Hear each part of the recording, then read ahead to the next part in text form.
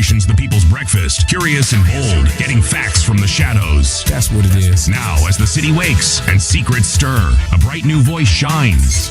The People's Breakfast. Your morning, your voice, your journey. Good morning. Good morning, my neighbor. Welcome to the home of hard truths and bold insights. Radio Generation. Hello and good morning to you. This is Radio Generation. My name is Mbuvi. I'm in the studio with one City Muga. City, habari asubuhi wambaje, how was your weekend? Which question should I answer first? Actually, I think they all mean the same. They don't. Actually, they do. Never repeat them and see. Habari asubuhi, weekend ilikuangaje? Asubuhi ilikuwa njema, weekend ilikuanga salama. Asubuhi leo ni nzuri. Weekend ilikuwa sawa. Okay. Nashukuru. Aha. Yes. Fred, tuliachana hapa vyema vizuri. Mambo yakawa shwari. Yes. Weekendi, did you do any special activity that we need to know about? No.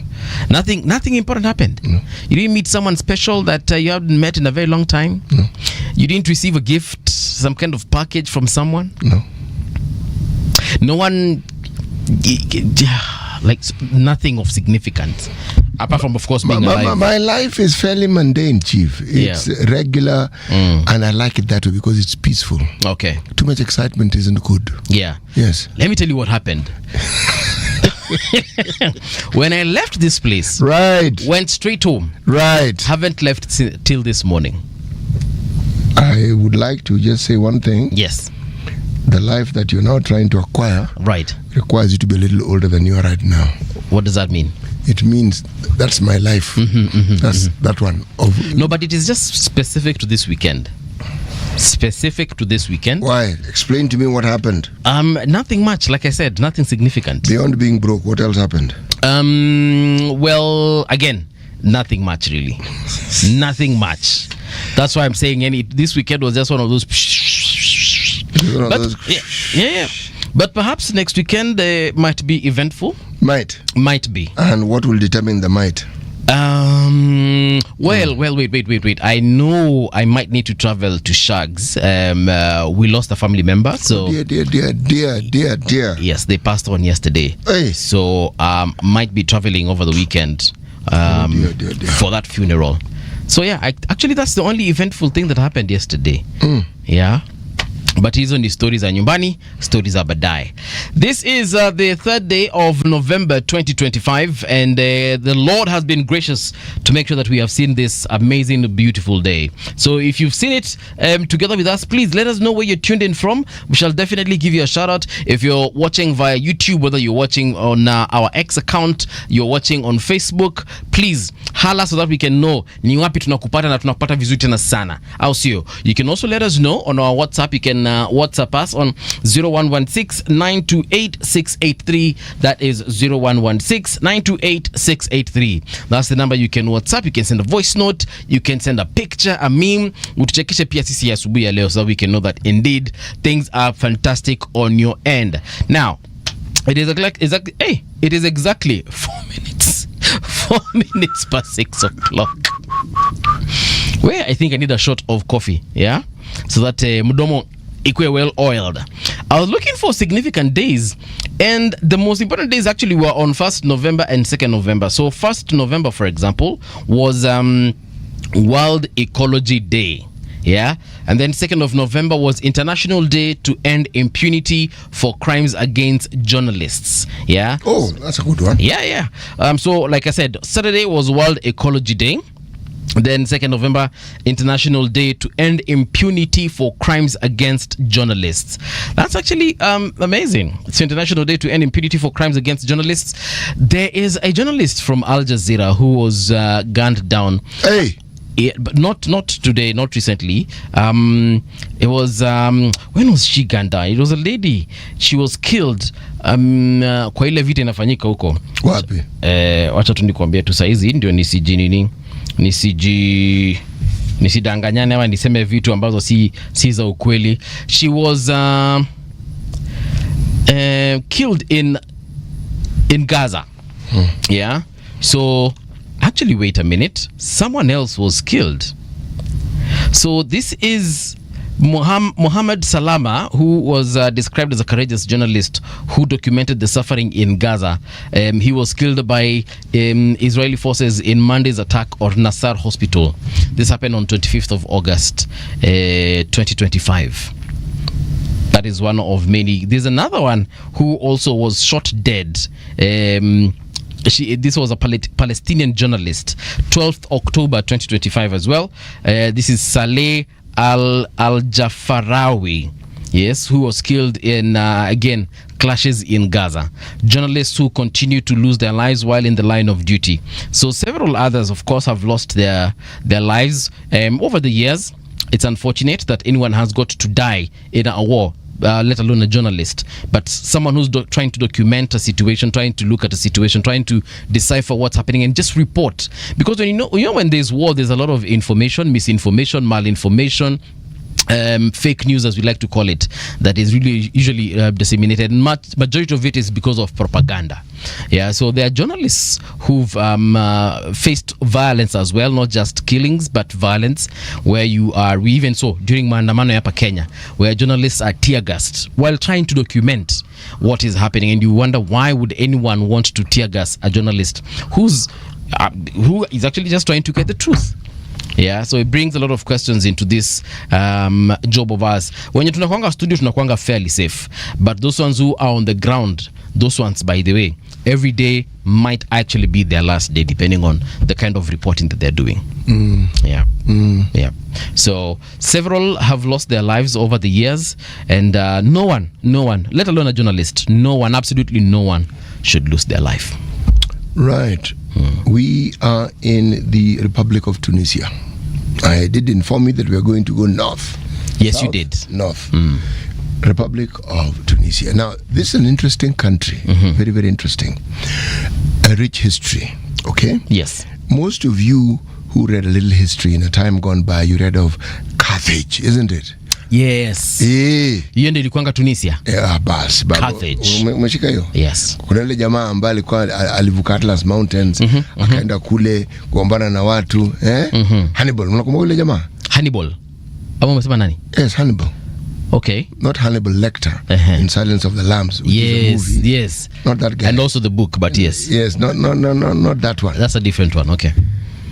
The ruins of that particular age, which marked the civilization of Carthage, exist to date.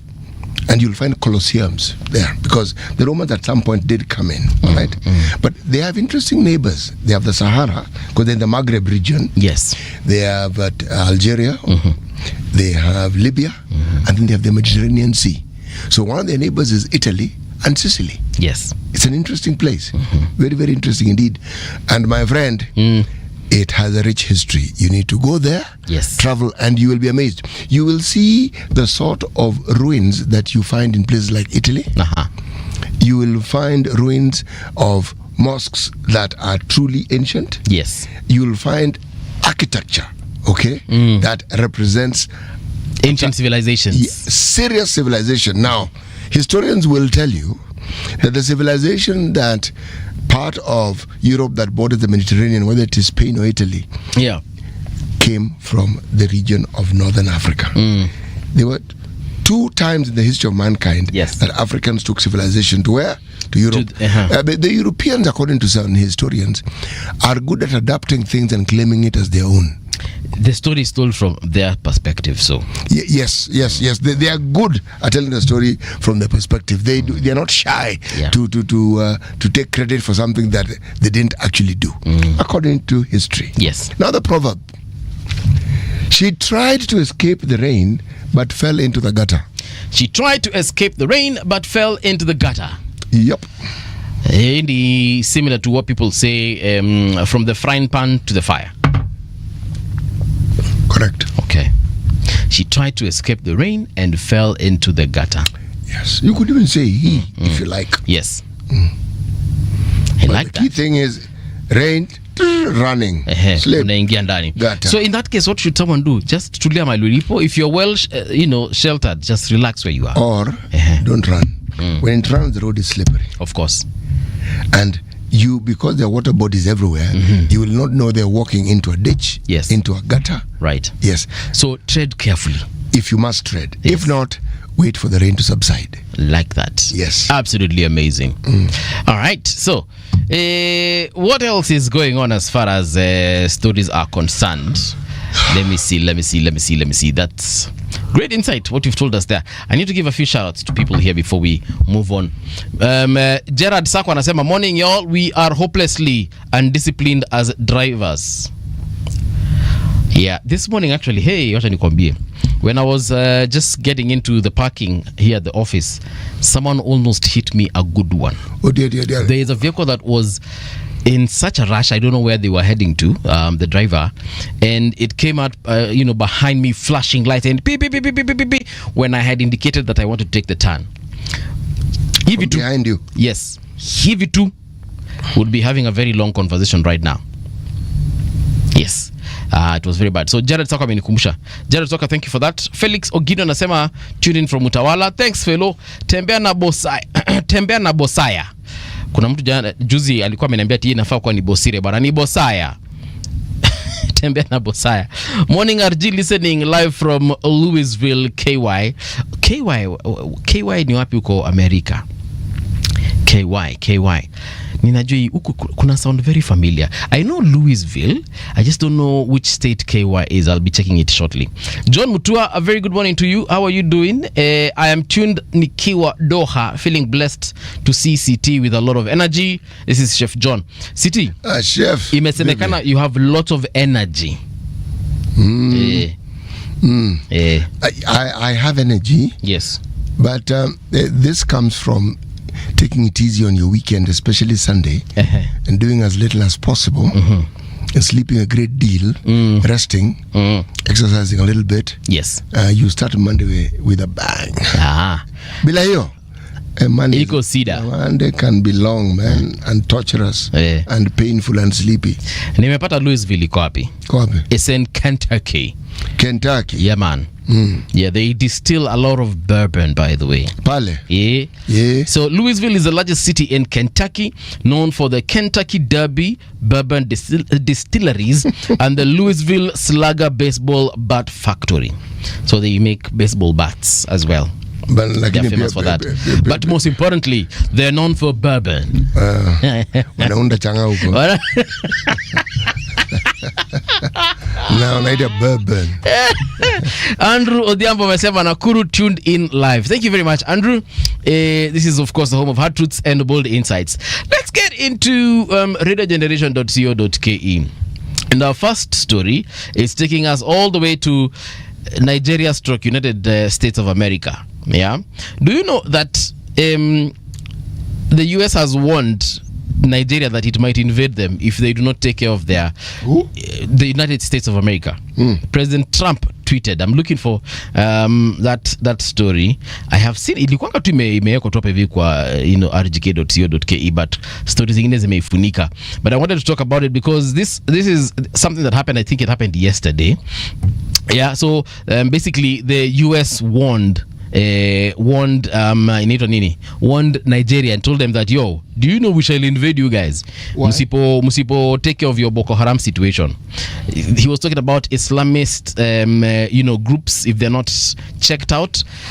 Islamist groups. Yes, actually he was talking about terrorism. He has white supremacist groups in America. Oh yes, who do interesting very things. Many. Why doesn't he sort those ones out first? Yeah. Huh? I mean, it is a good question. No, it is an extremely valid question. This thing of leaving your country to go and sort out that country's problem. Nigeria knows Boko Haram exists. They know. It's not that they don't know. Yes. Okay? And there's something they're doing about it. Yes. All right? Yes. But what exactly are they doing about it? Let me just read what the Guardian is saying. Trump threatens to go into Nigeria, guns are blazing over attacks on Christians. So the US president says that he ordered Pentagon to begin planning for action without mentioning Muslim persecution. So on Saturday, Donald Trump said that he had ordered the Pentagon to begin planning for potential military action in Nigeria as he stepped up his criticism that the government was failing to rein in the persecution of Christians in the West African country. Yeah, so this is what he was quoted. If the Nigerian government continues to allow the killing of Christians, the USA will immediately stop all aid and assistance to Nigeria and may very well go into that now disgraced country, guns are blazing, to completely... Disgraced by whom? Well, this is him saying this. Guns are blazing to completely wipe out the Islamic terrorists who are committing these horrible atrocities. Yeah, he posted this on social media. And I'm hereby instructing our Department of War, yes, specifically Department of War, to prepare for possible action. If we attack, it will be fast, vicious, and sweet. Just like the terrorist thugs attack our cherished Christians. So, you know, there's only one person who can put sweet in the same sentence as vicious. It's only this person called President Donald Trump who can say that he will attack you and it will be sweet. You let your man is special. But anyway, let's get back to the question you asked earlier on, and you asked the country of Nigeria, wanajua wako na shida zao. They do. Na they're doing something about it. Have they asked America to help? Actually, they said they're welcoming the president of USA to send that help that he's talking about. What help? Hiyo tu, amesema anataka kuja kuwasaidia na the terrorism situation. Wamemwambia bro, as a matter of fact, umechelewa. Harakisha, kuja. Yeah, but they denied, saying that we actually do not have a terrorism problem, but if you have seen it and you think you can come and help the situation, by all means, bro. Let me tell you something. America went into Afghanistan. Yes. God alone knows what it is they were trying to sort out. Okay. Yep. Do you know how many years they were there for? To be honest, I don't know, but I think it's more than a decade. Precisely. Yes. And what happened? They left eventually. Yes. There was the story of communism. Now it's Islam. Huh? The Russians had been in Afghanistan much longer than the Americans. They left. Who? Russians. Okay. They left Afghanistan. They couldn't make headways, man. They left. In short, if you're to be polite, you'd say they didn't win a thing. So the Americans... They wasted time and money. Man, they killed. Many of the people were killed. Oh yeah, and then of course they killed. By the time the Americans were doing their thing, they also lost people and they left. But there was a point before then, a decade or two before then, they went into a country called Vietnam. There's another country called Cambodia. Now what they were trying to do at that time, the great Satan, was communism. Okay? They were trying to fight communism. That was Lucifer at the time. Maximum so. Yeah. Okay? What happened? They left. Did they win the war? No. Okay? So, what makes them think that going into someone else's country to try and solve a problem which that country understands better than you will actually help you solve a problem? How? Did they ask him to send help? No, they didn't. So why is he volunteering when nobody has asked him? You know what I like about Nigeria is when the president of US tweeted that, they were like, oh, you don't say, we have a problem. Okay, so bro, we didn't think we had one, but you know what? Since you've seen it and you have a solution to it, by all means, please kindly, make your way here. I tell you, when you find anapatapata ako hapa ako pale kuongoza amemweza, just around the country, man, you have unemployment problems. Take care of that. You have cost of living problems. Take care of that. Okay. You have a health system that mirrors the one we have in Kenya. At least as we claim, we honestly say it has a problem. Yeah. Okay. Or they also have something similar to SHA. They have a problem. Yeah. I thought Obama came up with Obamacare. Yeah, but these guys have been muddying those waters thoroughly. Yeah. Yes. Okay. Okay. He has a problem with what he calls immigrants. Okay. So that story is a bit interesting. With the exception of what they refer to, they being the people who rule in that country, Native Americans. Everybody else is an immigrant. If there was a time you didn't need any permission, you just popped up 10 and you continued. Yes. The habits that these Europeans thought they had left in Europe, they have now brought to America. Okay? Remember, when they were left on their own in America, these fellows fomented 2 wars They were essentially European wars, but they call it world wars. Yeah. And then they brought us into those wars. And we thank them because it opened the eyes of our people and it strengthened our independent movements. The independence that we then got, it is assumed we just got. After those 2 wars, my friend, those guys were tired. Colonization requires energy. Yeah. They were tired. They realized, you know what? We are spending too much money on these wars. Yes. Losing too many people. Yes. And the whole purpose of colonization was to extract. They were saying, no, this is not going to help us. Yeah. People were getting educated. They were agitating. And with colonization, there are too many colonies. They couldn't fight on all those fronts. Yeah. They said, let's give them independence. Now, that same nonsense of theirs, they had it in America. Yeah. They forgot. I don't know why it is they don't learn from history. The French had colonies in America as well as Canada. Okay? So when this war was being fought at different points in the history of the wars, there were many wars they fought with the Native Americans before their own civil war. When the French went there, the same thing that happened to Africans. The French soldiers who went to fight for the American War of Independence came back and said, excuse me, we are fighting to help some people get independence, and here we are having problems. Okay? Right now, this man wants to open a new front. If it's just talk, then that's good. Diversionary tactics. If somebody has a problem, it is President Trump. His home front has very many issues. It is good that he solves those ones. Perhaps another country should tell America, if you guys don't sort out your issues, tutakuja huko. That's a nice one, isn't it? It's the Nigerians, you tell them, bro, we welcome you. But if you don't solve it, we'll come and help you solve yours. To us, yeah, that will be funny. Oh, speaking of which, there's Mali, the country of Mali, was on a list. People, there's something that you had to do. You had to pay some money if you wanted to get an American visa. So what Mali did, told Americans, oh, that's the case. You guys are charging us how much? It was an absolute ludicrous amount. It was like $10,000 if you wanted to apply for some. Was it a business visa or what? So what Mali did said, oh, that's what you guys are telling us to do. Okay, even for you Americans to come here, pay the same amount of money, 10,000 USD. Within a few hours, America ilitoa Mali kwa list. Kuna watu wamejua unakuja na kichwa ngumu, pia anakuja na kichwa ngumu. Essentially they're telling you, si lazima tuje kwenu. If you think it's that serious, si lazima. Yeah. All right. Kenya being third world country is a mistake. This is according to President Ruto.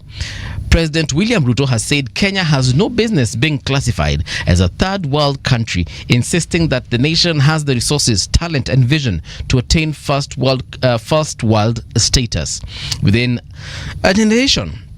Speaking on Sunday during a church service at the African Divine Church, Gamalenga, Vihiga County, the president said Kenya's economic and social potential remains largely untapped, but his administration is determined to transform the country into a global economic powerhouse. The president said his government's ongoing development initiatives are designed to unlock Kenya's productivity and competitiveness in all sectors, particularly in infrastructure, manufacturing, agriculture, and technology. This is not the first time the president has spoken about us being a first world country. Actually, every other president before him has, spoken about it. But it is this specific president that has almost made it a song, because he's been saying it more often than not. He talked about Kenya being Singapore, and he said that in the last couple of years so many times. Then during the late Honorable Raila Odinga's funeral and burial, he mentioned it several times, including Mama Ida Odinga also mentioned it in one of her speeches. I think it was when she was either at Bondo or in Nairobi. Then he's mentioning it again now, talking about Kenya being a first world country. And I wonder, okay, we are saying it, but what is the real plan? When countries become first world, they are also referred to as industrialized nations. Yes. So it isn't difficult to figure out what we must do. Mm-hmm. What do we need to industrialize? That's a question that one should ask. Right. Because to industrialize, first of all, you need to incentivize people who can help you fast track that process. We do the complete opposite. we do not incentivize people who want to come and invest or industrialize. We don't incentivize locals who want to industrialize. Because the way you do it is it's an ease of tariffs. Reasonable, if not fairly cheap power. So that when somebody produces, the other factors that contribute to the production makes and guarantees that the cost is low. Those are the things you must consider. Is Singapore industrialized? Yes. Okay. And I'm asking Singapore because every other person seems to say that we need to be like Singapore. So they're saying because they don't know what it took to become Singapore.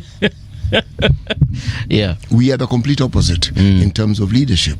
They are the leadership that, one, held themselves accountable to the ideals that they had set out to implement to achieve what then became Singapore and what became what we know as Singapore. Okay? A disciplined, industrialized commercial hub. They took advantage of the natural resources. They had water, plenty of it around them. It's an island. Yes. Okay? Then they ensured that they became a huge commercial port. As in port, not as in a harbor, but a center. People would want to come there. How do you do it? You make sure that the processes by which people load and offload are efficient. You ensure that the cost of doing business is attractive to the person who wants to do business. Then it isn't difficult for someone to set up business there because you know that they are neighbors of Singapore that may want to come and do business in Singapore. Okay? Hong Kong, Singapore, the pieces of rock, they were fishing villages before all these things happened to them. So the point is, Lee Kuan Yew and his people were disciplined and they kept the ideals. If you're to describe him and his people, in modern terms, modern Western terms, they'd call him a strong man. Yeah. Some may even venture to call him a dictator. The same would be said of China. Xi Jinping, you could say these people who are of the Communist Party are dictators. The West describes anybody who doesn't subscribe to their own versions of dictatorship as dictators. Remember, if you look at the West, this is my view, and you look at what they call security safety, it's a dictatorship, and I'm going to explain why. When you can't do anything without the police knowing, that's a police state. You may not call it so, but it is a police state. Okay? You are monitored to the last thing that you do. Okay? Now, anyone who develops without their say-so or without a pat on the back from them, a name will be found to describe you which is derogatory. Okay? Any country that did not follow their ideals, for the longest time they ensured that they fought these people. All right? Remember at the time when Mandela became president, he was criticized a great deal for being friendly with Libya and Cuba, or Cuba as they say. And he said, you know, guys, it's not complicated. Those are your enemies, they're not mine. The fact that these people are your enemy, it doesn't make them mine. But number one. Number two, when we were struggling, these are people who supported us. You people didn't support us. We asked for help, but they didn't. So now that we're independent, who do you think are our friends? The people who supported us when we needed the help. Yes. And that makes a lot of sense. So just and I like, because I watched that speech when he was being interviewed. He was in like some kind of theater, and he was asked, you know, you're friends with all these other countries. Don't you think that is a bad decision? He said, wait a minute. You guys have it twisted because you think just because these people are your enemies, they should automatically become our. No, they're not. Now you understand your wisdom, by the way. Wisdom is knowing what from what, and just because someone has said they will not associate with someone, it doesn't stop you from associating with them. You know, to begin with, Paul, you don't even know why you don't associate with them. Atujui mali shida yenu ilianzia. Yes, hiyo shida si yetu. Cause ni shida gani mmekuwa nao for years and years yenye haiwezi solviwa na kuongea tu kidogo na kuelewana? You see, that is the European colonial and imperial mentality. Okay? You want to always demonstrate that you're better than these people. You want them to believe that indeed you're better than them. Yes. Which in essence means you're trying to convince them that they are inferior to you. And it doesn't work that way. Well, it may work for you for a while, and then after that, people realize, no. Now, if you want to understand how fate plays its role in the most interesting of ways, those so-called developed countries developed to the point where people felt that they needed to enjoy their lives, and having children pose an interference of that enjoyment and fulfillment and discovering yourself.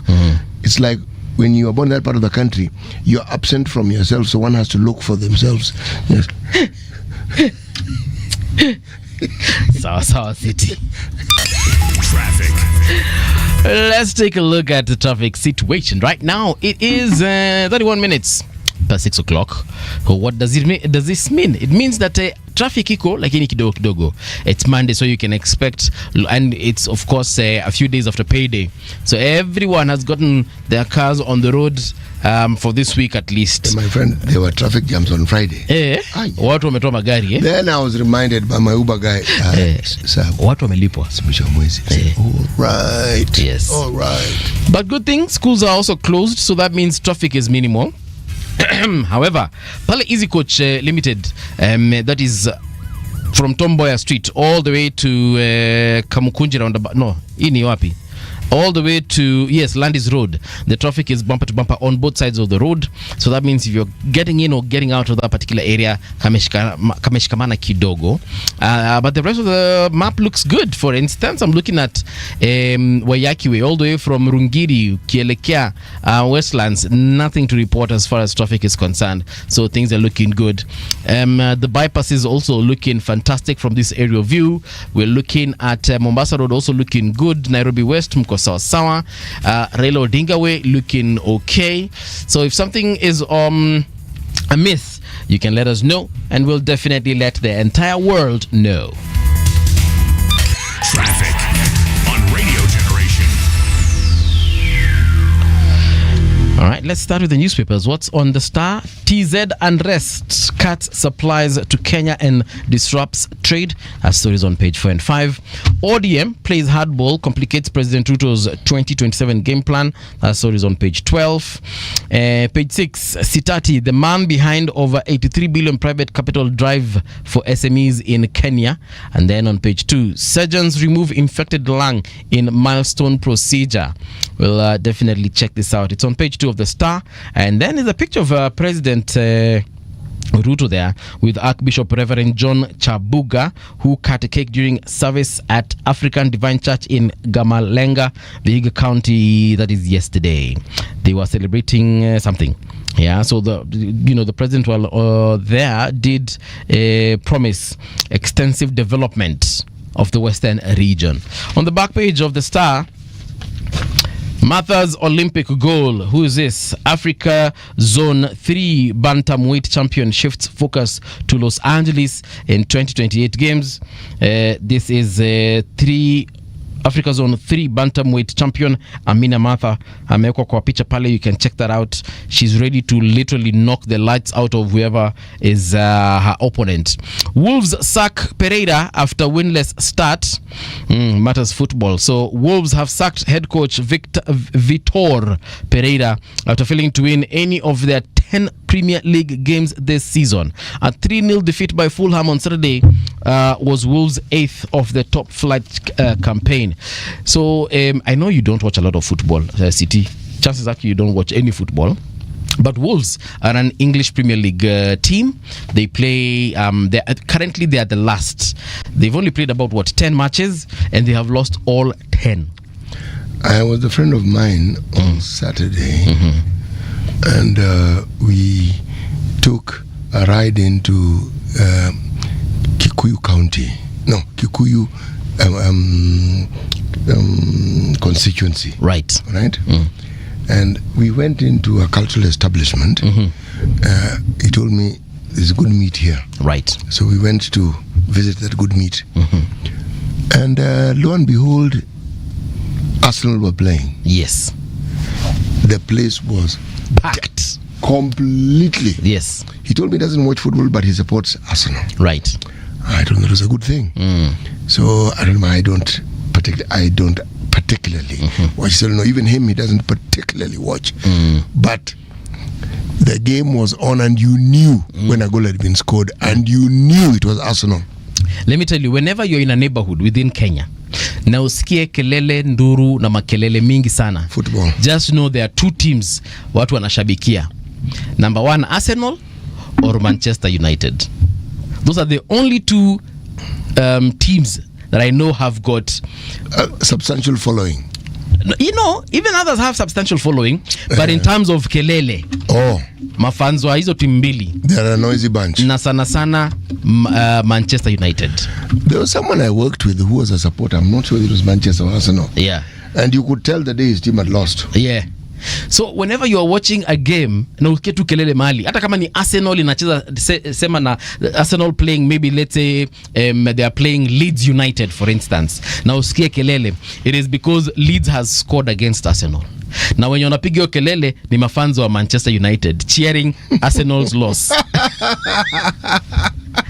Na ile siku Manchester City inacheza, yes, na any other team, say Liverpool, City or Manchester City? Manchester United, sorry. Yes. Manchester United wakicheza na any other team, let's say Liverpool, na usikie kelele, ni kwa sababu either Manchester City wamescore ama they are losing to that team, na mafans wa Arsenal wanapiga kelele. Yani the mathematics in that I have never really understood between those two teams. Sijaelewa. But anyway, so Wolves have done what they have done. We wish them the best going forward as far as football is concerned. Very quickly, let me check out what is on the Standard. Tanzania massacre, unbridled power is what they're calling it. If Mwalimu Julius Nyerere were to return to the nation he built on the ideals of African unity, he would be horrified, as Tanzania's first female president fought to secure her own mandate. Blood flowed across the land, cut off from the world during and after polling. Tanzanians endured what rights groups now describe as a bloodbath that was hidden behind an official blackout laid bare through reports shared with their Kenyan counterparts. This story is on page 4, 5, 6, and 7. At the very back page there, no one does it better than Kenyan athletes. We do have Lokedi, Obiri, Chepkirui, who are number 1, 2, 3 in the New York City Marathon. 1, 2, 3. Yeah. Ndio ujue Kenya ni wabaya. Tunakuanga wazii. Bro, sisi ni wabaya. Anyway, so they took the top 3 spots in the New York City Marathon. What's on your end of the... Well, let me start with the Business Daily. Yes. Banks defy digital trend with sustained branch expansion. They've made this... may seem to be smart. Anyway, top banks have sustained the opening of new branches in the race to win new customers in emerging towns, defying the spread shift towards digital banking. All right. All Mutual deal ups health insurance stakes. Competition in Kenya's high-end health insurance market is heating up after UK-based AXA Global Health are partnered with Old Mutual General Insurance Kenya to roll out international private medical insurance plans locally. So, okay, you know this one, yes, we just need to up our game and make sure that the health sector expands. You may not need to go anywhere. You just stay here and get treated. 17 counties failed to attract big investments. Only 30 of the 47 counties in Kenya have attracted at least one major investment since the dawn of devolution, highlighting the low competitiveness of the devolved units. Unakumbuka what we were saying earlier on? Yes. All right. Spring Valley, Upper Hill, this is bang in the middle of the paper. Spring Valley, Upper Hill, top city suburb land price gains. Investor appetite for apartments drives price growth. Survey shows slowdown on non-residential buildings, meaning business buildings, so forth. Slow. Kenya remains undecided on new IMF deal. Well, Kenya seems undecided as to whether it needs new funding program with the IMF, despite initiating talks on a new deal with the funder. David Ndii, the chairperson of the Presidential Council of Economic Advisors, said there was no consensus in government on the importance of a new financing deal with the IMF. The funding comes with all manner of restrictive, impunitive, austerity measures. As I keep saying, things which have never worked anywhere, and they want to insist that they must implement them. Yeah. Right. But how is it that hundreds of countries still, go for loans from these guys? Because they are the land of last resort. You have nowhere else to go. And how comes no one has seriously come out to say, yo, manze, hii kitu mnafanya bana is not good? And perhaps No, people say it. It's just that perhaps people say it. When I say people, of course, I mean nations, countries. No, if you're the one who's needy, surely are you going to complain about someone who's giving you money? Remember, the leaders don't pay the money, it's us who pay it. Yes, they do. Okay? Yep. So, when you borrow, the idea is to borrow for development, isn't it? Yes, it is. And perhaps you do. Okay? The problem is not the borrowing, it's the terms that these guys give us and the terms that we accept. Those terms make life more difficult, not better. Okay? Yes. So, knowing this, presidents, prime ministers, kings, whatever, whoever is in charge of that country, they still go and borrow this money, knowing absolutely very well, hii kitu isaidi. There is the concept of an honest discussion. Okay? The only way you sort yourself out when you are in a financial quagmire is to honestly look at what you actually need, what is imperative and what isn't. Yes. And then you make the suit according to the cloth. You cut your cloth according to your needs. We've been unable to do that. Okay? There's nothing that represents a people who are disciplined in ensuring that the money we have is utilized in the best way possible. You initiate a project which is, you start off by overpricing it. And you know that money is borrowed. And you know it has to be paid. And has to be paid with interest. It's dollar denominated. Now, these very people who are lending you money, the ones who were complaining last week, your shilling is too steady, man. Why is it only at 129 if it's 130? You should sort of do. These are business people who also make money. Make no mistake. And because they make money, the money is not purposely intended to help you. It's a stopgap measure. The people who will help you are yourselves. There has to be a leadership that is disciplined. When you tell people to pay more taxes and they can say you're disciplined, they will pay because they can see this money is going to where it's supposed to be, and you can see the changes in your lives. When you're just being told to pay more money and you don't particularly see where the money that you've already paid or given is going to, you will be more reluctant to pay. It's not complicated. Yeah. Yes. And then when you look at the history of their lending, that also tells you volumes. Okay. All right. If the IMF can allow us to borrow using our currency, this thing wouldn't be as big a burden. No. Okay. But remember now, part of our problem with them is we want to borrow from the Chinese and want to peg it on the Chinese yuan. That is a problem. Remember, these fellows don't take competition very, very kindly. Yes. So, they need to wake up. This is a different dispensation. Yeah. You read something from the Standard, did you? Yes. I checked out the Standard. What I have not checked is Daily Nation. Check the Daily Nation and I will check the Star. Oburu, it's DP or nothing. This is on the Daily Nation front page. Bombshell, apparently. ODM interim leader Oburu Odinga has drawn a bold red line in Kenya's post-Raila Odinga politics, declaring that the party will not settle for anything less than the deputy president's seat in 2027. For both President William Ruto and the United Opposition, this position comes with some tough and consequential political arithmetic. Check out page 4 and 5 of the Daily Nation. Plus, my last phone conversation with Raila. I think that's as far as Oburu Odinga is concerned. Devastation as landslide death toll climbs to 26. This is the number of people that have lost their lives in Elgeyo Marakwet County over the weekend. And then 1, 2, 3, Kenya's clean sweep at New York Marathon.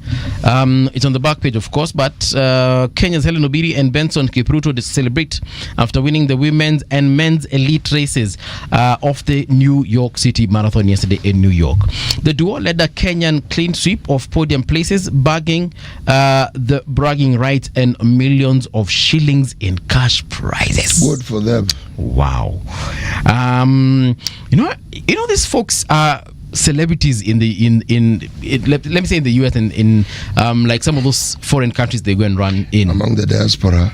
Sisi hapa unaweza hata pitana na jamaa hapa kwa kwa streets tomboya na hata usijue ni yeye. It's true. But in the US and the UK and in Japan, where most of these races are held, bro, I saw the way these guys are embraced and they're cheered on by the fans who come to spectate. Yes, from those countries. Yes, wazungu. Sisi tunaonanga Eliud Kipchoge, hey Kipchoge, hey uko hey, hiyo story imeisha. But in America, my friend, by the time they are crossing the line, you see white people crossing over to go and hug them, and I'm like, huh? What's not happening there? And the cheering. And the cheering is crazy. Like when they're there, you even see some people are crying like Kipchoge. Huku Kenya nashanga, si huu ni Eliud bana. Huu ni Eliud bana. Hii story bana ni huu ni Eliud. Huyu jamaa anakimbianga. Chances are kuna jamaa Eldoret saizi akiweka hapa anaweza kimbia apite jamaa. But I love the fact that they are loved. And they are imagine getting millions just because of running. Let me tell you something. Yes. Have you ever watched the Kenya men's rugby sevens team? Oh yes. They are loved. Kwanza when they go to places like New Zealand where the teams are also equally as strong and serious. Where? Hey. But the one thing that I love, again, getting back to our athletes, is like, for example, when he had that Ineos challenge, that the one that Eliud did, and he did the thing. Exactly. It was no human is limited, I think. Yes. He said, bro, that thing, wazungu, people came out in the streets. They came out to see Eliud Kipchoge, the guy who can run a marathon 42 kilometers, I think it was, in under 2 hours. Yes. Guys were like, huyu ni nani? Wazungu bro wamejaza barabara hivi.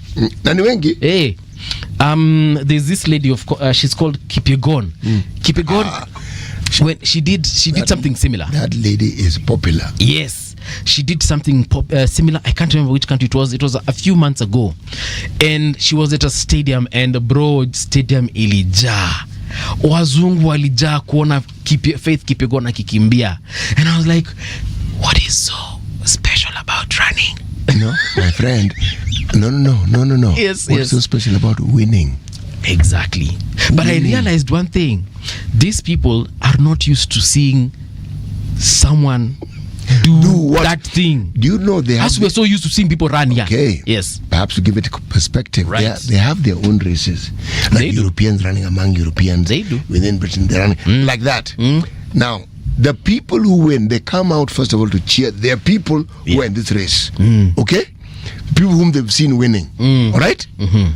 Then, my friend, these Kenyans come onto the scene. Right. Okay? Yeah. The gentleman who is a big shot in the Athletics Association, the global one, Right. called Lord Sebastian Coe, was a 1500 meter, 1800 meter runner. Won accolades against Kenyans. He won. Sebastian Coe said many times, he said, you know the thing about these Kenyans, they're unpredictable.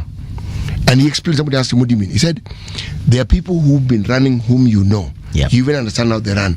There'll be this and individual, one or two of them, whom you've never heard of. They don't seem to understand these rules. Yeah. Because out of nowhere, Yeah. they just sprint and overtake everybody. Exactly. I'm paraphrasing what he said. Yes. But he said it's like, every time you think you know these fellows. Now, to understand what he said, come to the qualification races at Kasarani. Where? Ndio utajua. Where? Ndio utajua. I have been, so I'm telling you what I've seen. Yes. My friend, people know when I win here, I'm on the world stage. Ni hivyo. Where? And I'm going to get these millions. And plus, Yeah. I've had work for a period of time in the Eldoret Iten area, Kapsabet area, Nandi area. The training, chief, early morning, the places they run, Yes. the hills they climb, it's not these gentle undulating hills like this. Morning, midday, afternoon. That's Every day. daily. Then we learned to sprint. We used to be beaten on that last sprint. Yeah. Our people have learned to sprint. Yeah. Someone does those many laps, 5,000 meters. That last 800 meters. You thought they had 5 gears. Yes. Kumbe they have 8. Become a lorry. One thing, and I'll just say this, that I can't, even in a sprint of 100 meters, even when I was in good shape, I still can't do like the first 20 meters. These guys, how they do it for 42 kilometers. 42 kilometers. Ask yourself, what is it that they've been telling their muscles? Because your muscles are now interacting with oxygen. True. And the muscles have over time understood this good relationship they have. You will never see a marathon runner your size or mine. True. They are sinewy, wiry creatures. Yeah. Okay? My friend, again, it's been spoken of but not loudly enough. Look at how they grow up. Go shags, you're shags. Yes. Somebody wakes up in the morning, you go and milk a cow, you do this, and then you run to school. Not walk to school. You run to school. Yeah. You are coming back for lunch. Same story, because you have to run back to, food will be there, but the things you do first, then you run back to school. Yes. Someone does that every day from the time they are 5 or 6 years old. How do you hope to compete with this person when you're in your teens? By the time this person is 15, 16, 17. The muscles understood this thing a long time ago, plus the altitude. Yeah. How are you going to compete? That is why I meet my Kale friends in Nairobi. Tunatandika ugali kilo mzima, nyama kilo 3 na huyu jamaa anoni. Mimi nachapa hiyo tu once. Bro, kesho kutwa my body is refusing to move. Anyway, you want to read something? I am reading from the Star. ODM plays hardball, same as complicates President Ruto's 2027 plan. ODM Secretary General Sifuna addresses journalists in Mombasa on September 13th. This is a picture. Then Sitati, man behind over 83 billion private capital drive for SMEs in Kenya. Good for you. Surgeons remove infected lung in milestone procedure. This is a story on page 2 of the Star. Okay, they took the lung of a debilitated mother of 8 misdiagnosed with TB. Can you imagine that one? It happens. It's human error. And the good thing is that they sorted it out. Yeah. Back in the middle of the paper, there's a picture of the president on an extensive development tour of the Western region. And here is President William Ruto and the Archbishop Reverend John Chabuga cut a cake during the service of African Divine Church in Gamalenga, Vihiga County yesterday. These are these nice local churches. It's good for them. Lovely, lovely, colorful garments that they have. Fruits and vegetable stocks run out over insecurity. TZ unrest cuts food supplies to Kenya and disrupts trade. This is a story on page 4 and what? And 5. Okay? Yeah, man. They've even documented it in great detail here, and they've talked to Kenya-Tanzania trade in numbers. My friend, clearly when there's a cold and Tanzania sneezes, as we cough. Yeah, inaitangwa over reliance on majirani wetu. No, it's called business, Baba. Yeah. And we don't anticipate that they would have the sort of problems that they have. But you know, we have the same climate as these guys. Why? Almost similar. Why they are producing more than us, yet we have good land mass where we can actually plant and grow and rear animals. We do. There's something about trade and balance of trade. And part of the reason why you may see this, yes, if they produce in larger quantities and we can buy it cheaper, it is in our interest to just buy. That's number one. Then we trade with them and we are buying something from them and they gain from us. Okay? It's good neighborliness. Okay. And it's good economic sense. Uganda are our biggest trading partner. Stability is key to that trade being what it is. So the moment stability is higgledy-piggledy, then you have a problem. Yeah. Now we have things which we export to Tanzania which they don't produce. Okay. So it balances out. Yeah. It's a good thing. But is the balance balanced? Let's say it's a work in progress. Yes. Okay. If you ask me, the issue of food security should be something that we attend taking seriously. You know, there's a question that we keep on, not even a question per se, but there's something we keep on hearing from Kenyan farmers. Oh, farmers wa Kenya wanaumia sana because, you know, stuff is being imported. And we also have something here. So why are they not buying ours? Why are we buying from, even if it's not Tanzania, like any other country for that matter? For example, there was a conversation we had a couple of weeks ago here. Rice that is being imported, then Kenyan farmers say, you know, rice yetu inaharibikia kwa mashamba na inaharibikia pia kwa maduka because, you know, we can't compete with what is coming outside. It's way cheap in terms of what is being imported. And I'm like, what? So then how do we help that situation? That discussion points more to the officials who are in charge of some of these ministries that deal with our agriculture. And I say ministries because there's agriculture, there's trade also. If the inputs that we need to grow our foodstuff is expensive, right, then at some level we become uncompetitive. If the feeds that we need for our cows are expensive, then again we become uncompetitive. You'll find that Rwanda produces their milk much cheaper.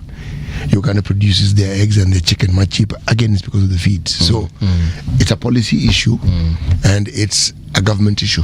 Yeah, because sometimes I'd like to understand, because again, let me not pretend to be an expert in that particular area, but there are sometimes you hear farmers complaining and they say, why are we importing this and yet we have it here in our own country? And I ask myself, why are we doing it? And you know, those are some of those questions, and you might even end up hating your own government, looking at your own ministers as people who are clueless, they don't know what they are doing. You even want to, you know, say that they are corrupt because, or maybe there's a deal they are cutting, and perhaps there is a deal they are cutting, you never know. But I'm asking, why can't they cut it with our own farmers? You know, if it's about deals, whatever you're doing in Tanzania, you can do it here. So we should actually be getting an expert to come and just help us understand how trade actually happens. Yeah. Are you done?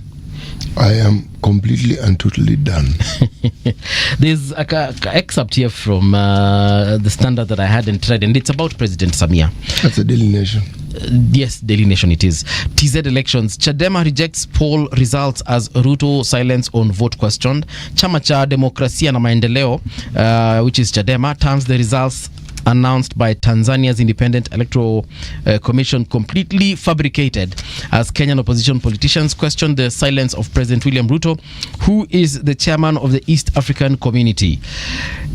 So I watched the president being handed her certificate together with her you know, running mate, the vice president, and I was asking myself, so she won, you know, by 99%.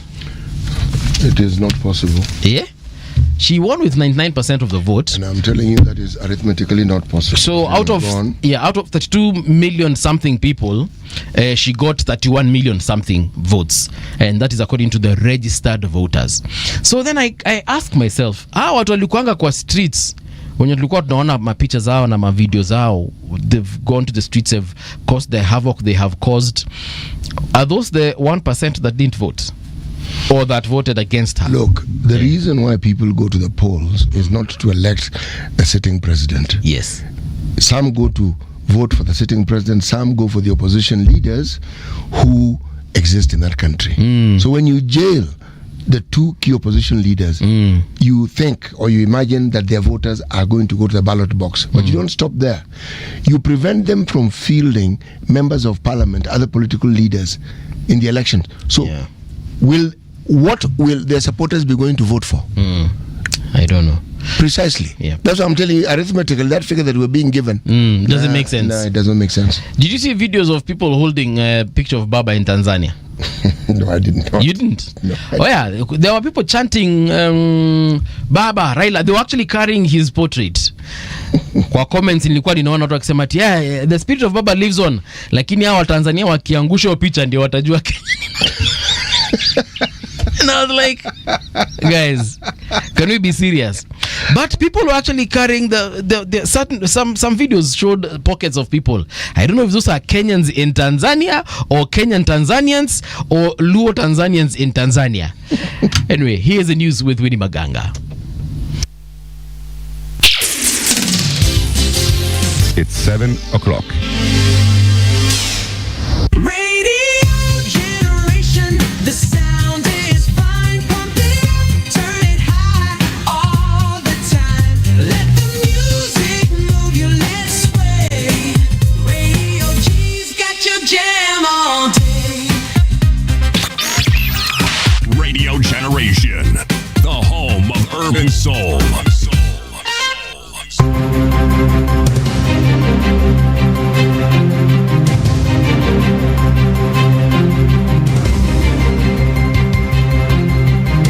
This is the Radio Generation News.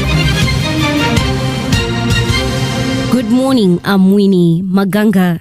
Interior Cabinet Secretary Kipchumba Murkomen has confirmed that the death toll in the Marakwet East landslide disaster has risen to 26 after 4 more bodies were recovered on Sunday. CS Murkomen said Endo Ward in the area recorded 19 deaths. Embobut Embolot Ward lost 5 people, while Shambirir Ward lost 2. 25 people are still unaccounted for, while 26 are hospitalized.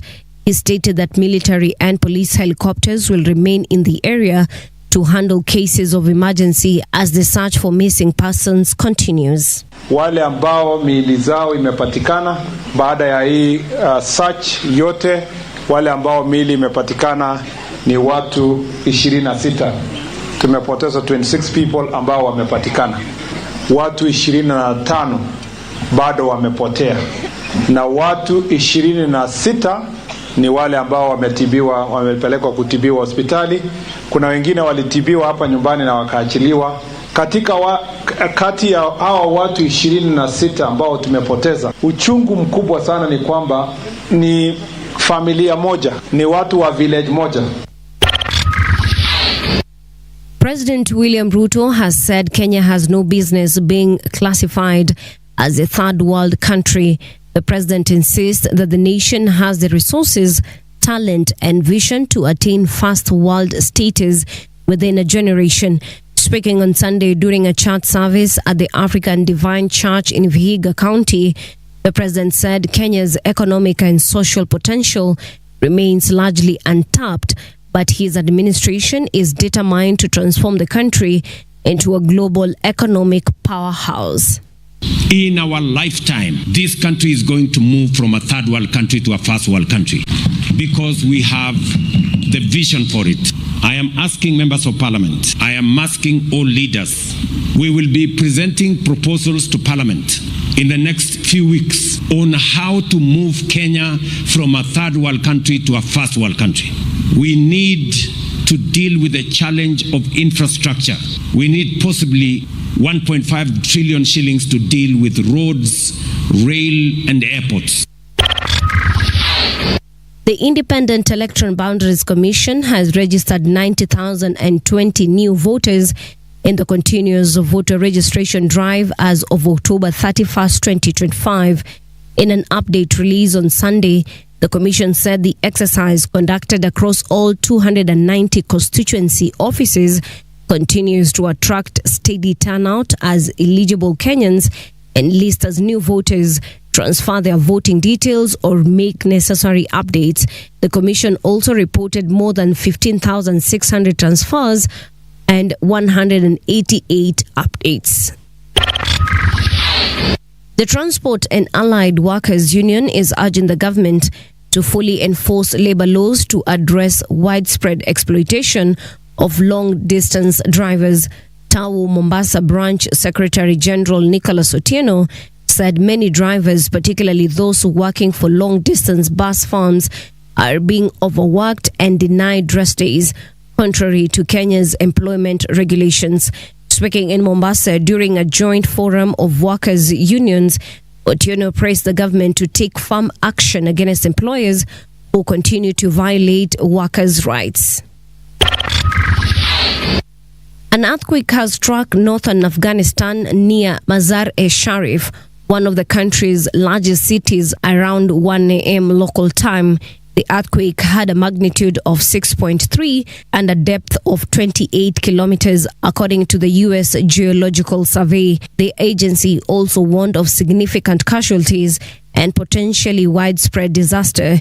Writing in a post on X, a Taliban spokesperson in Balkh said they had received reports of minor injuries and superficial damages from all districts of the province. And that's the truth on Radio Generation. Good morning, I'm Winnie Maganga. The views and opinions expressed on this program are those of the guests and do not necessarily reflect the views of Radio Generation. Radio Generation assumes no responsibility or liability for the interviewee's views. This is Radio Generation. In the beginning, there was morning radio. But now there is Radio Generation's The People's Breakfast, curious and bold, getting facts from the shadows. That's what it is. Now, as the city wakes and secrets stir, a bright new voice shines. The People's Breakfast, your morning, your voice, your journey. Good morning. Good morning, my neighbor. Welcome to the home of hard truths and bold insights, Radio Generation. A very good morning to you and welcome to this third day of November 2025. My name is Mung'ala Mbuvi. This is the People's Breakfast. I'm with CT Muga in the studio as well. And in this particular hour, we want to focus on the lecturers' strike and how broke our universities are, if indeed they are broke. So, welcome the UASU National Vice Chairman, that is Cyprian Ombati. Mwadibu, karibu tena sana to Radio Generation. Thank you. We were just having a conversation with CT here a couple of weeks ago on our universities, and we were saying that our universities are centers of excellence, or at least they should be, but most importantly they should be centers of research. And one of the things that came out of that conversation rather is that they are wanting as far as research is concerned. Is that a true representation of that conversation, if you may chime in on it? Yeah, I want to say not really. Yes. Because when you look at universities have three core things that they do, or if I can say lecturers. Yeah, right. Our roles are: one is to teach, number two is to research, and number three is to community service, whereby you either disseminate that knowledge that you have so that for the betterment of the community or humanity. Right. And when you look across universities, you find that we do all that simultaneously. You teach, at the same time you are carrying out your research, and at the same time you are also involved in community service. Right. So I want to say that in research, yes, universities are carrying out research. Right. The only problem that we have is when you look at in terms of the input from government, so that now it can be able to propel universities to carry out research in a proper way. Right. That is where it is wanting in terms of funding. For example, you find that the government of Kenya says that they will put 2% of GDP in matters to do with research and innovation. And primarily now that's where universities are. Okay. And for example, if you look at our GDP for Kenya, 2% of our GDP could be close to 250 billion shillings in a year. And I want to tell you, Kenya has never reached near that amount of money in terms of funding, what they give funding to universities, even through National Research Fund. So that's where we have a problem. Yeah. If that is put up, then you will be able to find that university lecturers will be able to engage even more in research. Right. Yes. Right. Thank you for that, because again, when we look at the Western countries that we hope one day we shall be like, yes, and the kind of research that goes into the universities and the innovation that comes out of those universities, and then you listen to our leaders and what they say about our own country and our own innovation and our own research capacities, it's really one of those situations you just feel like crying about. But anyway, we shall get back to that perhaps at a different time. Today, let's focus on the lecturers' strike. How long has it been now? How many days? Or is it weeks? Now is 48 days. 48 days. Yes. All right, so a month and a half at the very least. Yes. What is the end goal? Because we know, of course, there's some few things the lecturers are agitating for. Perhaps you can give us a list of what the lecturers are asking from the government. Yes, the strike has when we gave out our strike notice on 10th of September, That was a 7-day strike notice, and Right. then the strike commenced on 17th because they failed. You know, normally when you give out a 7 days notice, it means that you have given them a notice so that they address those matters within those 7 days and get back to the union and their members so that to avert a strike. But as you are aware, in our country, they ignore that most of the time. So we gave them a strike notice on 10th of September. When it came to 17th of September, there was no response, nothing, and then we commenced our strike. You find that in that strike notice, we had 3 issues, which we raised. One, we said we wanted members to be paid. The government had promised last year to pay 2.73 billion to our members on their arrears for the CBA called 2125. That was the first issue, which they sorted after like 2-3 days. Okay. Around 20th of September, they paid that amount. And the reason they did so is because it was late. That amount was supposed to come in around July 2025. But Okay. we were in October. The second issue we had was 7.9 billion Kenya shillings. This is money owed in the CBA 2017-2021. Yes. So these are CBA members have been owed their dues from the year 2017, and you can see those are 8 years. So we have been patient enough. So that one, they were supposed to do it. The court had pronounced itself because it had it was a court case, and the court pronounced itself that go and pay university workers. So the 7.9 billion is money that is owed to not only lecturers. You know, sometimes people think it's only lecturers, but that money is owed to all university workers, Yes. both teaching and non-teaching and the lecturers, who are about 30,000. And it is owed for a period of 48 months. So when you look at that, you'll be able to see that, yes, it may sound a lot of money, but it is going to so many workers for a long period of time that they were owed. Yes. So that money is the second issue why we are on strike, that the government to pay immediately 7.9 billion Kenya shillings. The third issue why we are also on strike is the CBA that we are calling 2025-2029. This CBA, you find that CBAs are, according to SRC, are done after every 4 years. Okay. So we had finished the 21-25, and we are supposed to be on 25-29, which in essence means that salaries for public servants across the country should change every July 2025. You get a new salary after every 4 years. So for the 125-29, they have done for across all other sectors except Lecturers. university workers. So we are asking, why discrimination? Yet last year or before then, the CS had agreed that they are going to ensure come July 2025 our salaries the new salaries will be in place, and therefore to avert industry action or strikes across the country. Yes. But again, they failed on that. So that was our third issue why we are on strike, that can you pay, negotiate a CBA, sign, register, implement, and then we go back to work. Okay. So we are on strike because of those 3 issues, and we hope that the government is going to, it is them to do their part. If they do their part, then us, we are ready to resume duties. Okay. Yes. The budget, I think, for education was about 702 billion. Yes. Is that money including what we just spoke about right now, or it is out of that particular budget? When we say there's an education budget, are lecturers included in that education budget? Okay. So when the budget was being made in Parliament and was being read, they knew that this is the amount of money they needed to pay lecturers. Are lecturers involved in any way, shape or form in the conversation specifically on matters of education budget?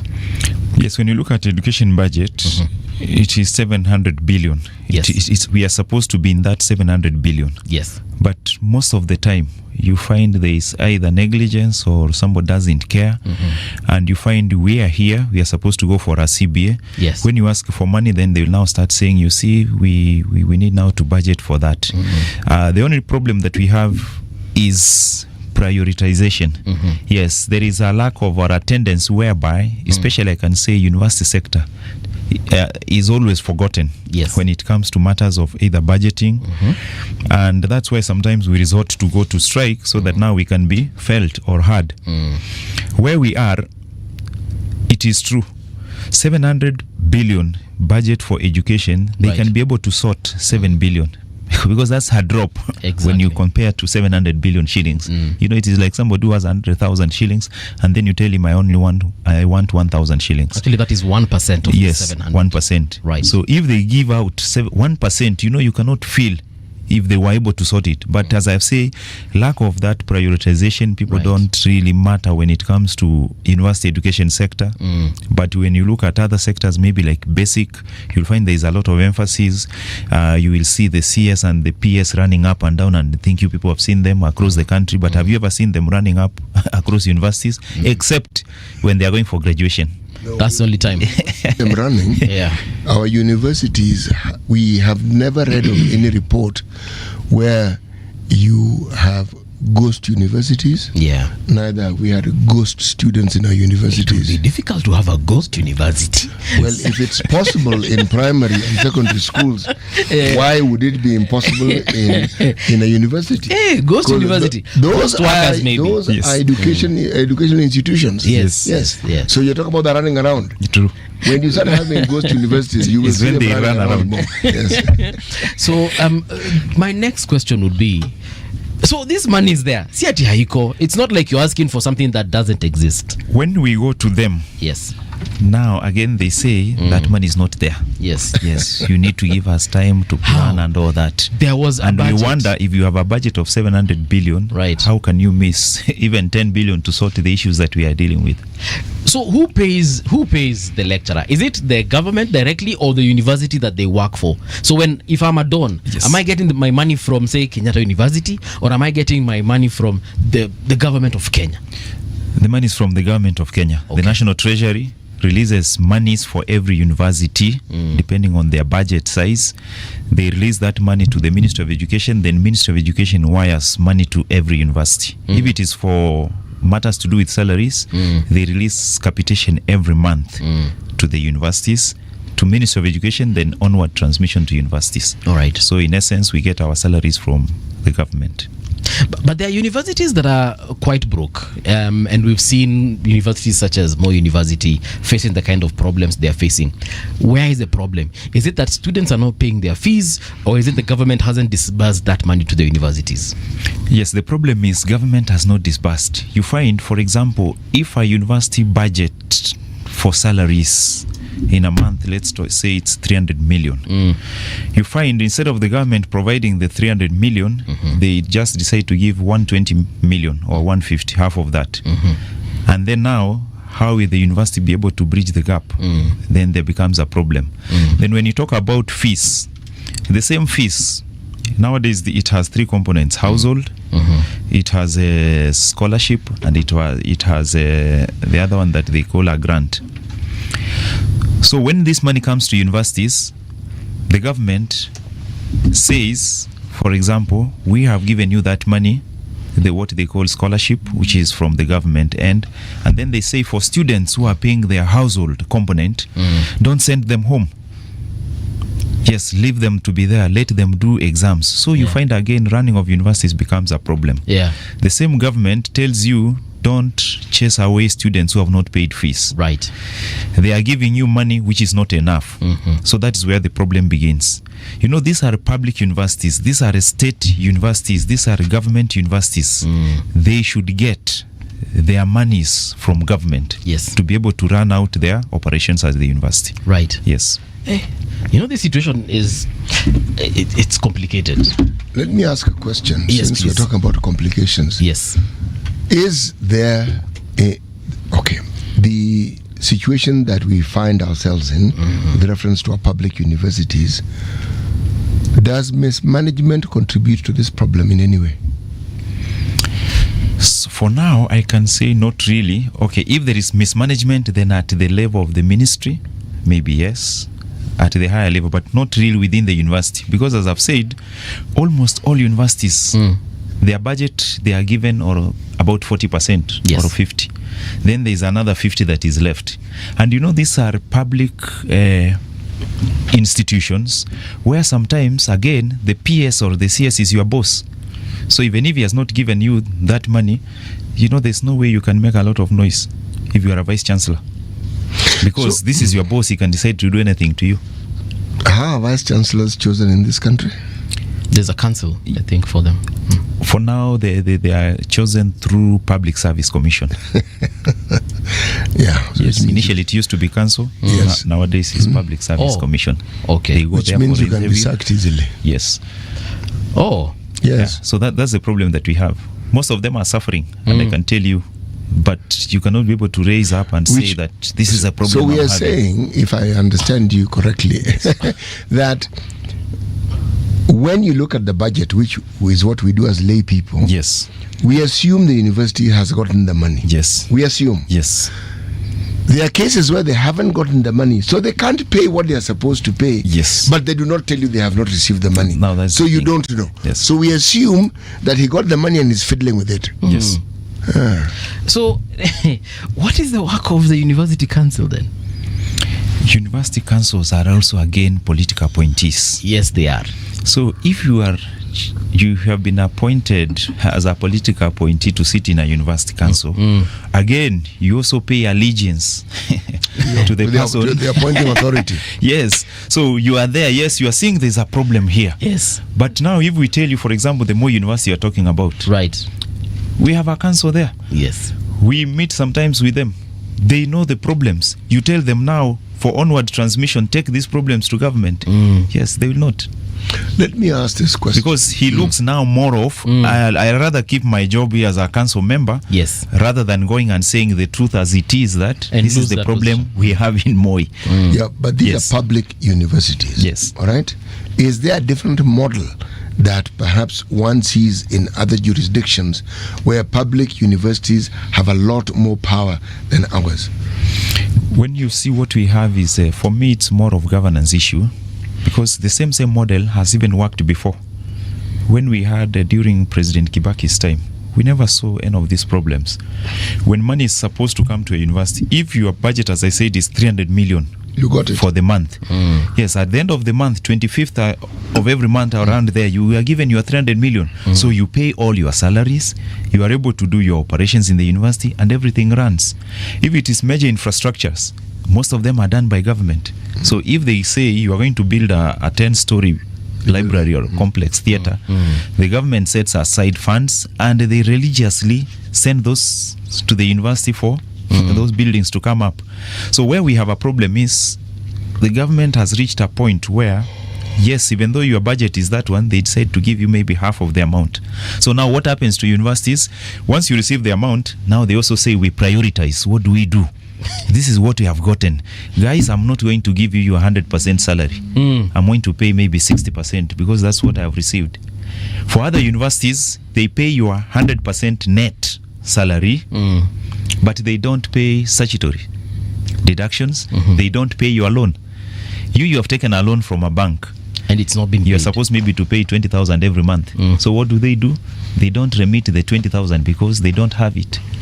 So you are taken to CRB as somebody who is non-compliant. Right. Then they also go ahead, now banks start coming for you.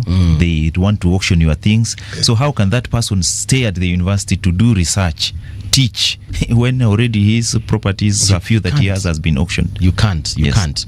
But here's another question. In terms of, so when you meet government officials, Yes. Let me ask, have you met the CS, for example? Have you met the PS? Have you met anyone who can actually give you, a headway in terms of what to do next? Yes, we have in university the employers are council, of course, but the only thing they don't have is they don't have the basket. They don't have their monies. But in terms of other governance issues, they deal with that. So we have a body called Interpublic Universities Councils Consultative Forum. Okay. IPUCCF. This is a body of councils of public universities. This is the body that we negotiate with when it comes to matters of CBS. They know. The only thing, as I said, they don't have is funds. We negotiate with them. We finish. We agree this is it. But now the problem comes when it is funding. What powers do they have? Because if you're negotiating, the assumption is that the understanding is for forward transmission. Yes. So that's what they do. They're a conveyor belt. You discuss and then they take the matters forward. Yes. That's all they do. That's all they do. Why don't you then just negotiate directly with the ministry? Now that is where we are on strike, because now we want the National Treasury to release the monies. Let them not tell us that go negotiate, because the person we are talking with doesn't have their own money. City, why is this thing complicated? It's not complicated. That's what I'm saying. Why is it complicated?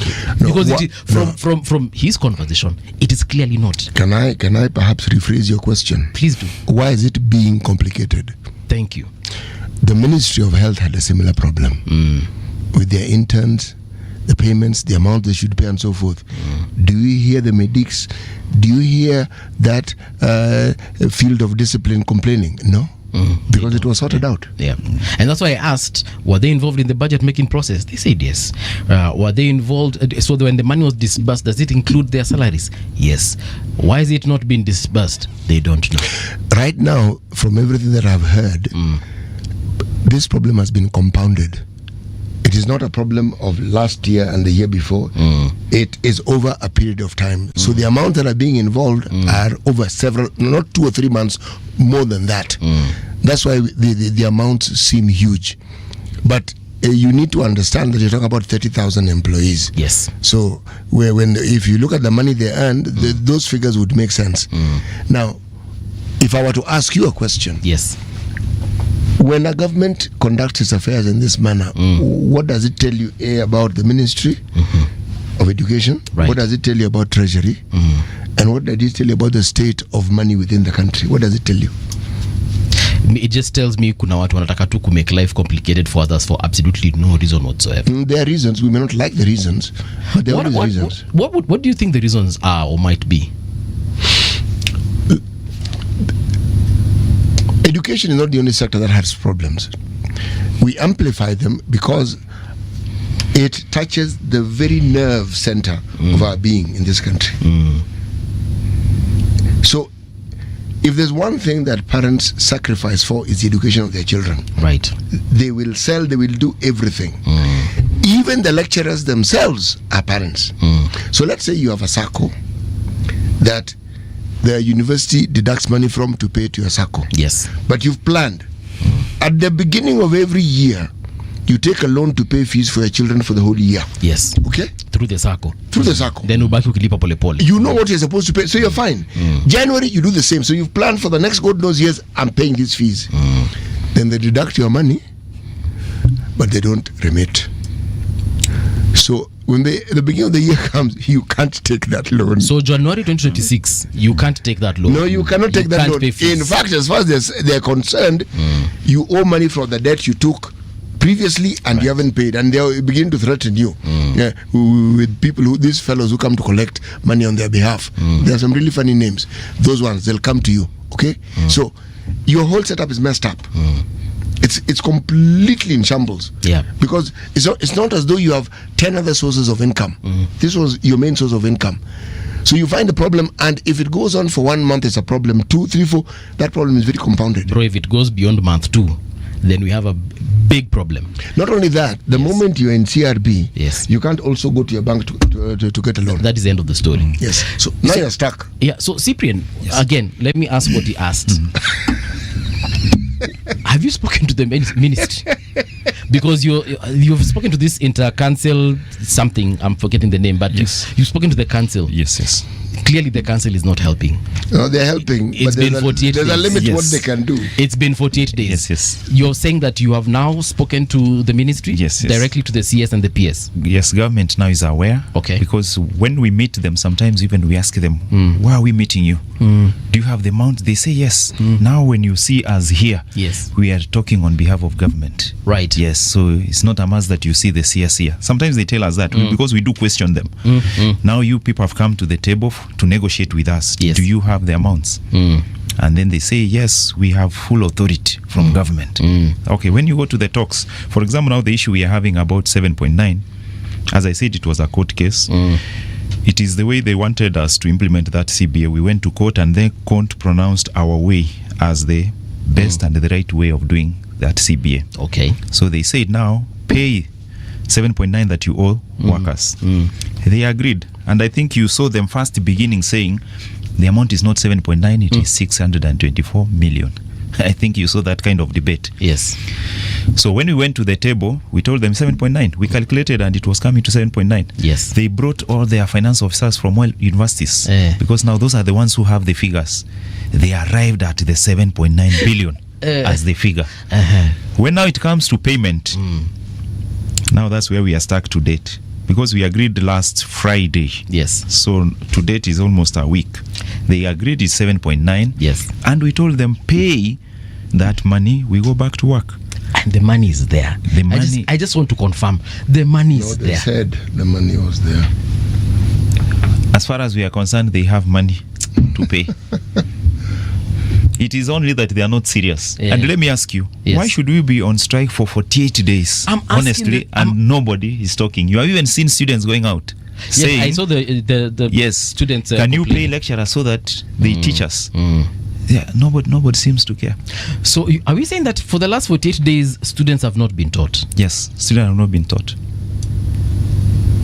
Those are 48 academic days just gone. Yes. So those are we are now about seven weeks, Yeah. which is like half a semester. Right. So now, okay, in terms of operations that have been crippled because of the strike, what has been crippled? Are we having graduations? Some universities are conducting graduation, some others are not. So sometimes it depends from one university to another. Some, because again, graduation issue is not even really teaching for us. Yes, yes. Because those are students who had already finished. Yeah, Kosha whatever maliza wewe. should they want to do them, they can do it, not be there. Yeah. But those ones who are there first year to fourth year, masters and whatever, who are being taught at the university, for those ones there is a complete shutdown. Yes. And we hope that if the government is serious, let them pay. It is a matter of prioritization. That is what we lack of seriousness. If it is there, our issue will be solved as soon as yesterday. Yes. So if they solve that one, for us, we are ready to go back to duties and do what we usually do. And let me say that lecturers they don't like being on the streets. It's not our... It's not your commandate. Yes, it's not our thing every day that we are there on the street dancing and asking for amounts. Any moment you see us on the street, just know that that means there's somebody who has wronged us. Yeah. And in this case, it is now the government. Let them pay or release the 7.9 billion. They pay so that we are able to go back to work. Right. So what happens if this continues for a very long time, like the Kiambu strike that went on for months? Has it ended? Yeah, where we have now reached, yet. our members have told us, let them, even if they want to let them shut those universities. Yeah. Because people are saying, why should I go to teach other people's children when I cannot teach my own children? In terms of meeting their demands and paying for their fees. Right. Because now, as I've told you, if you are owed money for the last 48 years and it has taken another 8 years, it's now when they want to think on how to pay you. So those are people who are already agitated enough. They are angry, and they have told us till they pay is when we'll get out. Why again? This same government, they don't honor whatever they promise. Okay. More universities are case in point. We have Technical University of Kenya. These are universities which have internal problems that are so huge. When they agreed, Moi University, they made an agreement last year around October, November. They agreed, the government agreed on how to sort them. They had a map, a roadmap on how they will clear about 8 billion shillings owed to staff. But they stretched it for another 5 or 6 years ahead. To date, they have not honored anything. Yet they said, come January this year, 2025, we are paying 500 million shillings to offset their loan dues and all other those things. Then they said, come July 2025, they are going to pay 1.25 billion shillings. To date, they have not done that. You see? So, and when they're asked, what is the reason? They don't give you a proper reason. They only say that we will pay. That's what they say. It sounds very. It just for me, it just sounds one of those. If you follow the trend that we've seen within that entire ministry, and you look at it in its entirety, you look at primary schools, you look at the discussions we've had around it, they are not dissimilar. You see, there's something about the law which is at the heart of this discussion. Okay. There's a law that governs the cycle within which you negotiate for better pay, and for which that better pay must be implemented. There's a law. Yes. That we have the areas, it means the government has broken the law. Just before we go any further. Yes. Okay? There is an understanding of something called capitation that is paid to schools. It's understood. Yes. Now, we understand that when you pay it, you're paying it for a term and not a month.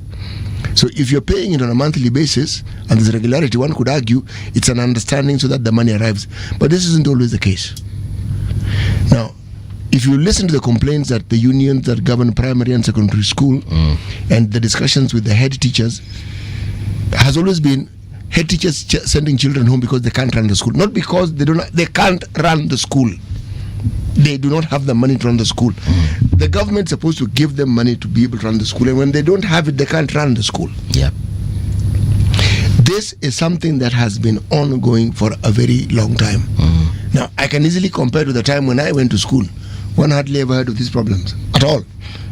I mean, at all. You just went to school. If there were issues, it was students having issues with the food, with something, but not that capitation wasn't sent. So you ask the question, what is it that is happening now that brings about this never-ending cycle of situations where there is never money isn't being paid. If it's paid, it's being late.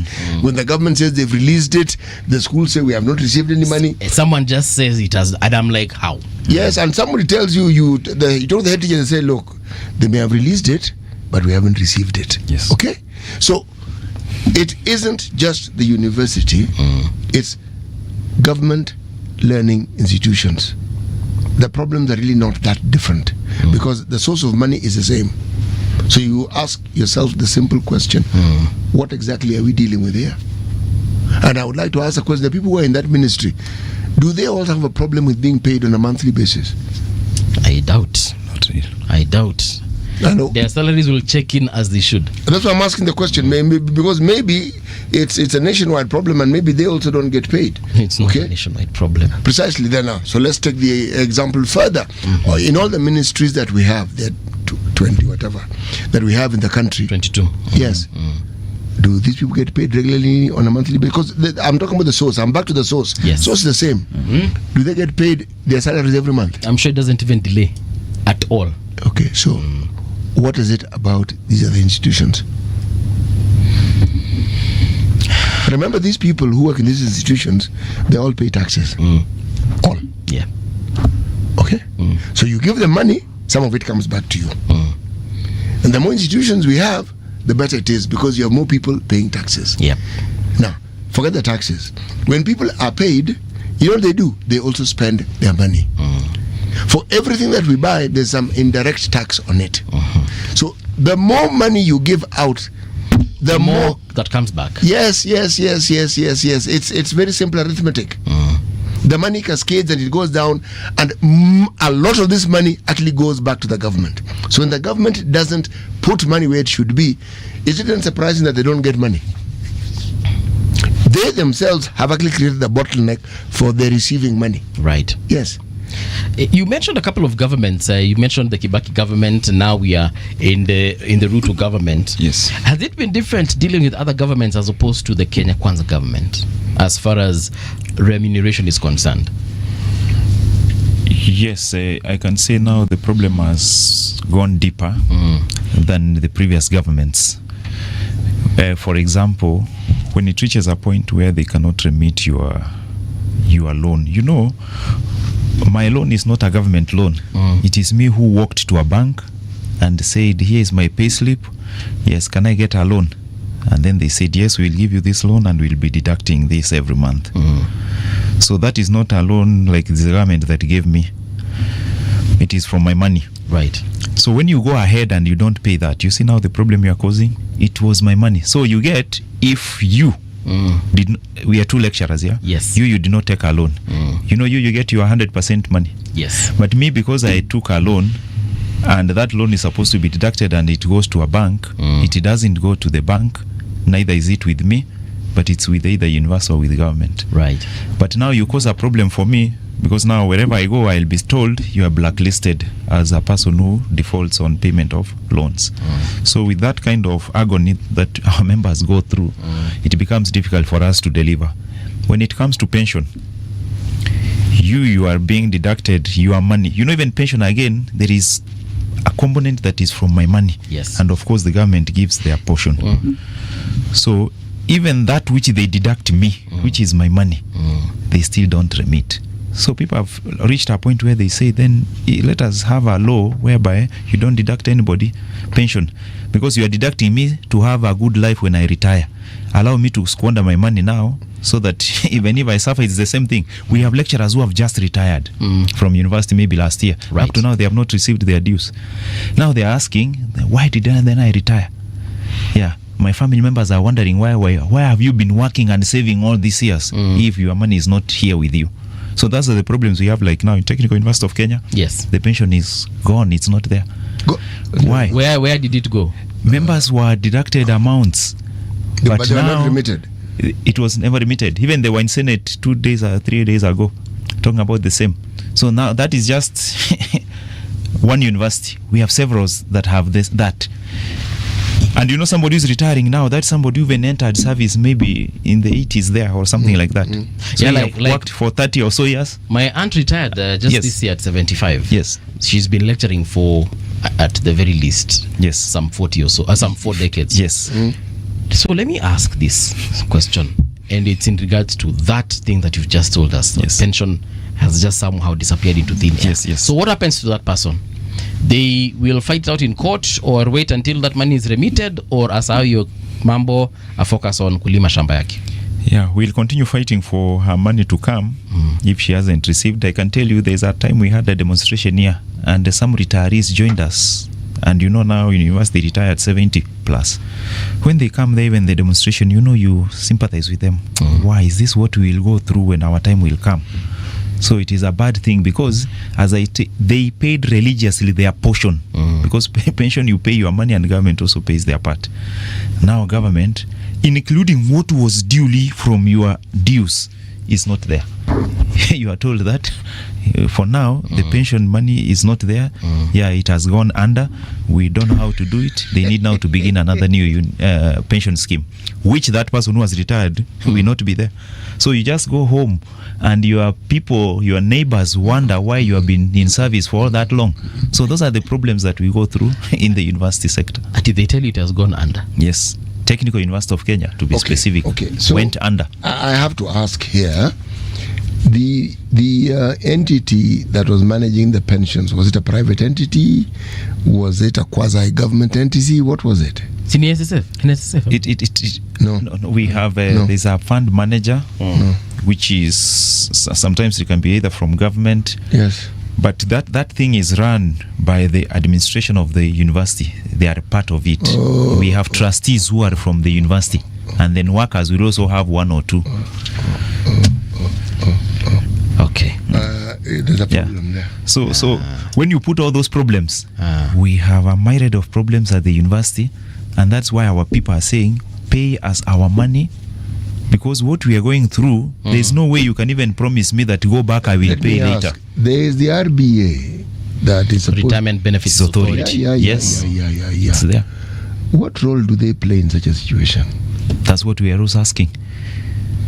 Because when you talk to them, they will tell you that when your money is deducted, if you work for a public entity, that money cannot possibly be lost. And here we are being told money can actually get lost.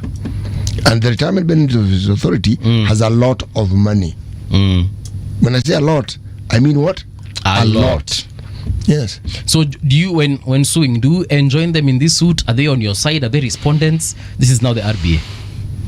I think you have to figure out exactly what. You don't just sue without getting all the details of, first of all. They are fighting in court over that issue. No. There's a reason why I'm saying this. Okay. You may fight in court, but if you don't have your ducks in a row, Yes. that thing will get to the court. The court will ask the same questions I'm asking here. Yeah. And then you'll suddenly find you're being told to go back to the drawing board. Okay? Focus on who it is who has your money and where they took it, and then we can decide on what it is that happened to it. Because you will find this isn't the first time such a story is coming out. Haven't you heard of SACCOs that have gone under? Oh yes, mine is almost on the brink of going under. Has a lot of my money. Yes, and haven't you heard of even SACCOs where people resolve their problems with machetes? Oh yes. Yeah, so it's not something that is strange. You know you have paid your money. You know very well what it was for. Yes. And then when you go for it, you're being told that it isn't there, and you're asking, what do you mean it isn't there?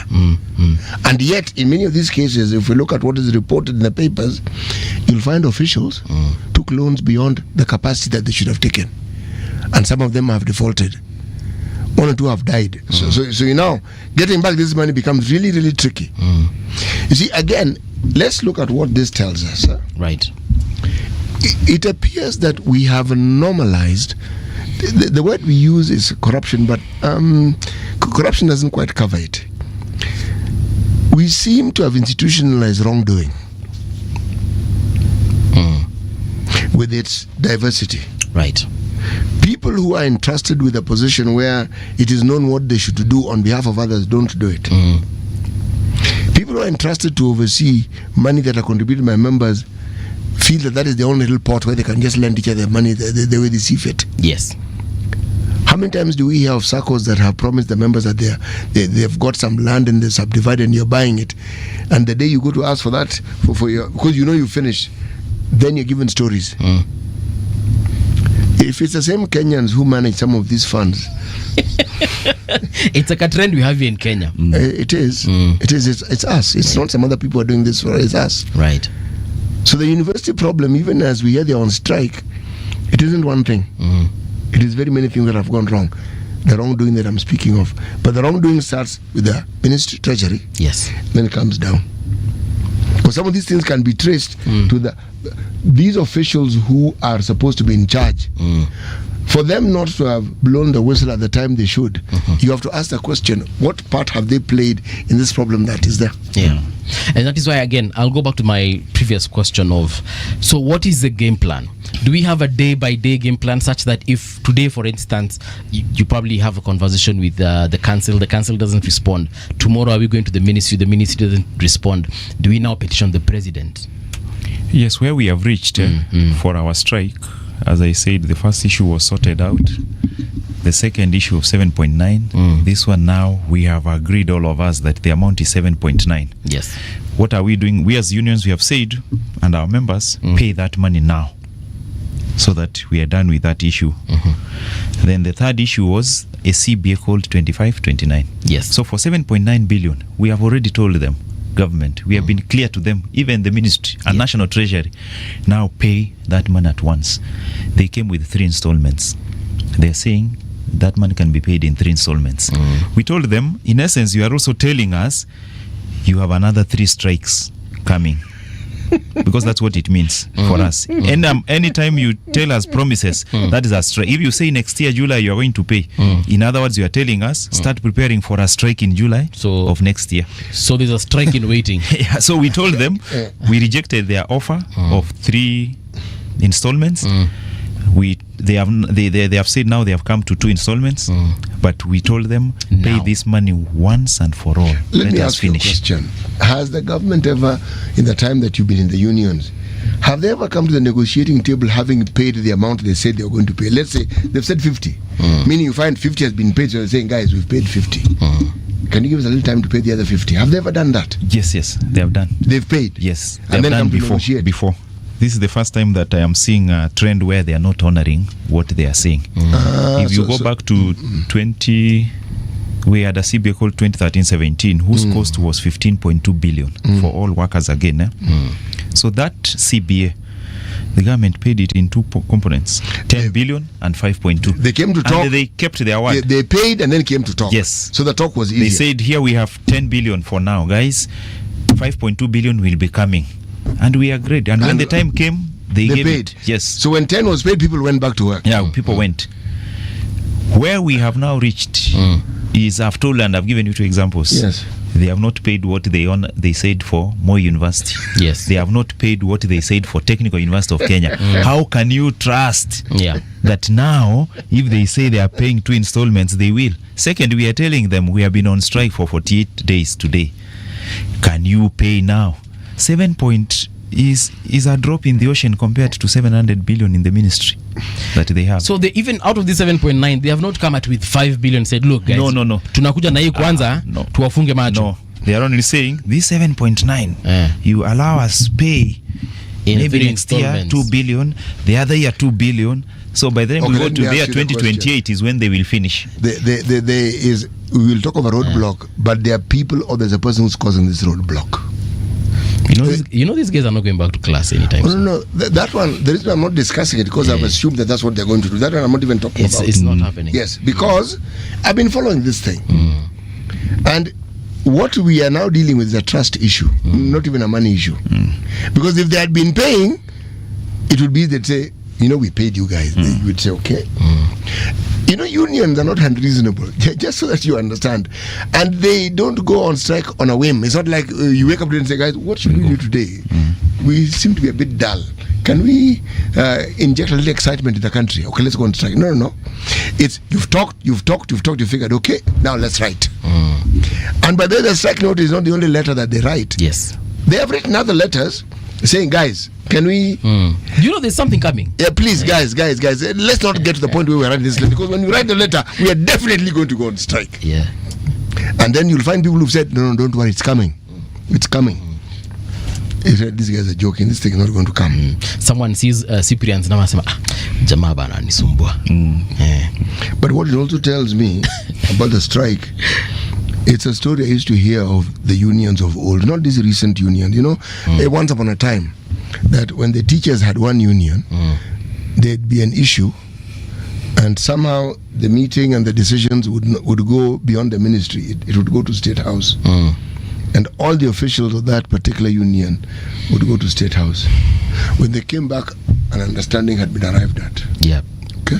They'd say, we've spoken. In fact, the president has given his word, and something was paid, and suddenly there was no strike. Now, do you people have such situations where your leaders, you are one of them, where you as a leader, yes, that you are also called maybe to go to State House so this thing can be discussed? Not really. We have never been called so far. For the time I've been around, and that has never happened, because if you look at our strikes even from before, we go on strike. If it has happened, we will not be here on 48 days. We could have taken maybe 5 days and the strike will be over. Members will go back without something. But for us, I can say as UASU, we don't do things that way. For us, we want our members to be paid their dues as it is. What we say is what we go. We are dons.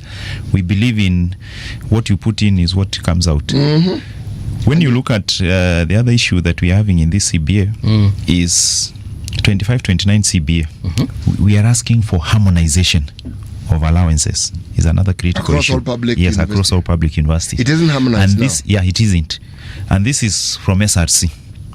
So that now the people we are dealing with. SRC is another problem. Everyone complains about SRC, but yes. Because we are in a university. You are a lecturer in KU and there's another lecturer in multimedia. The one in multimedia will be paid an allowance, maybe commuter allowance, okay, of maybe 30,000. Okay. You in KU, you will be paid a commuter allowance of 10,000. Okay. You see that? So there's a disparity. What's the rationale behind 10 and 30? They say that where we are coming from, it used to be like that. But now SRC came in place in 2010 to harmonize. There's a mantra in SRC called equal work for of equal value. So meaning that if me and you are doing the same work, then which has the same value, then we should also be paid the same amount. But currently what we have is, in universities there's disparity in terms of, yes, we are lecturers. The only thing that is same is basic salary. But the rest of the allowances, they are thrown left, right. You go to this university, you get, the treatment is different from University X.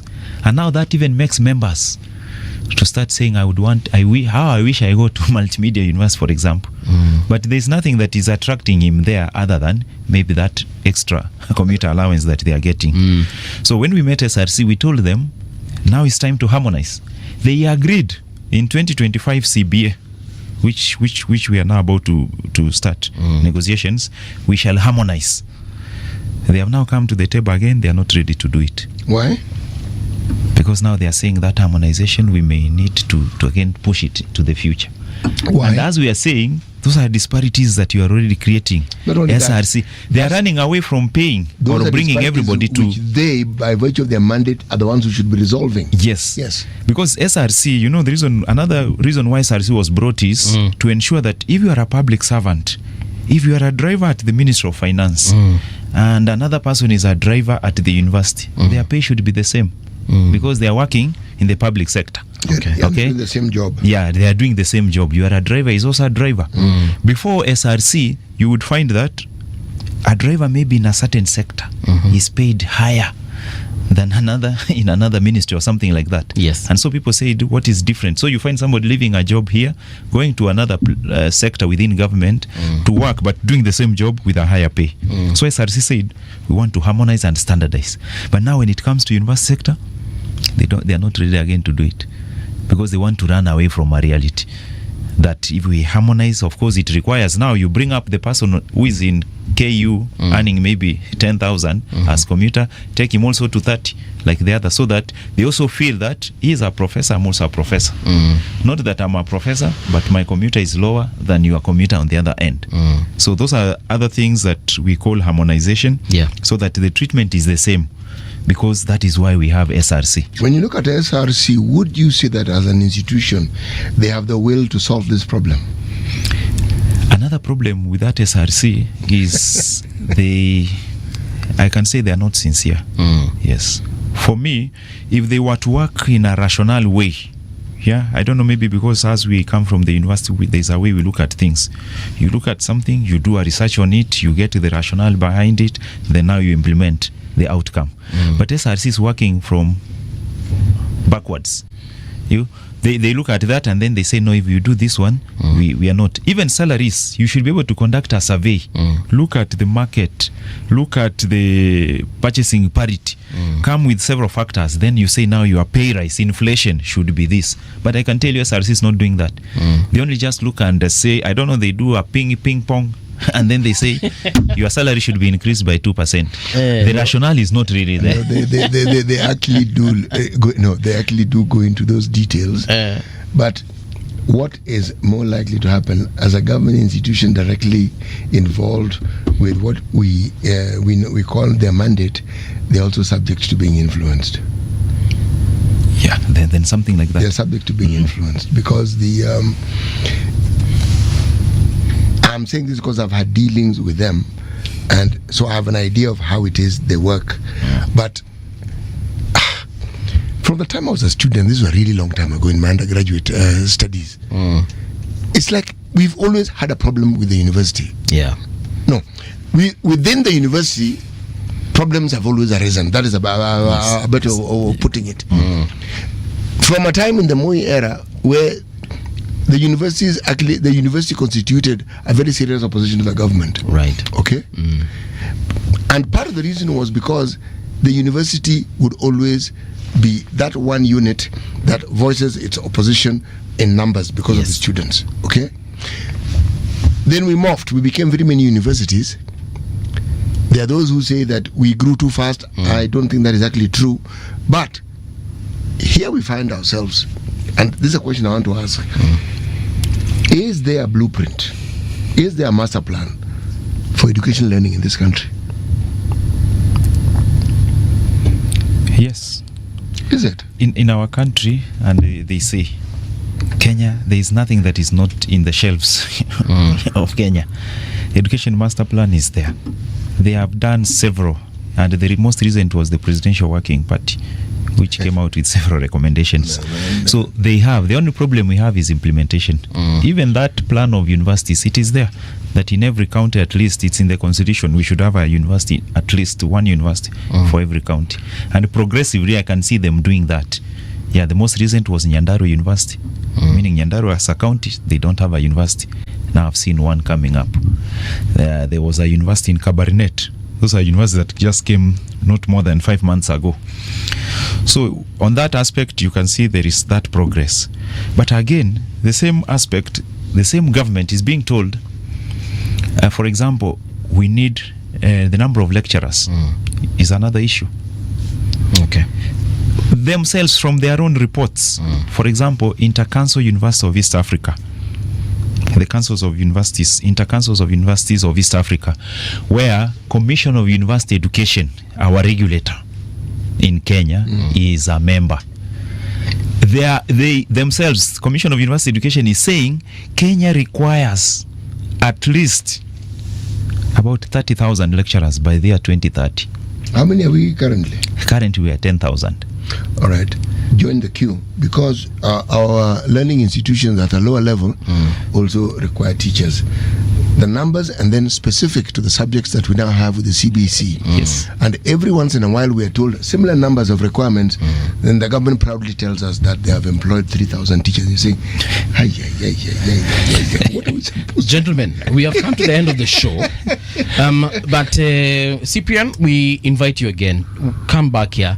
Let's talk about also the quality of our education, as we also delve into that matter of research and why our universities perhaps are not where they should be as far as that conversation is concerned. But thank you so much for making time. Tunasema asante na njoo tena na tena na tena. Thank you. That is Cyprian Ombati. He's the WASU National Vice Chairman. We're talking about the lecturer strike. But right now, though, we want to get into the news. But when we return, the conversation continues right here on The People's Breakfast. Radio generation, the sound is fine. Pump it up, turn it high all the time. Let the music move you, let's sway. Radio G's got your jam all day. Radio Generation, the home of urban soul.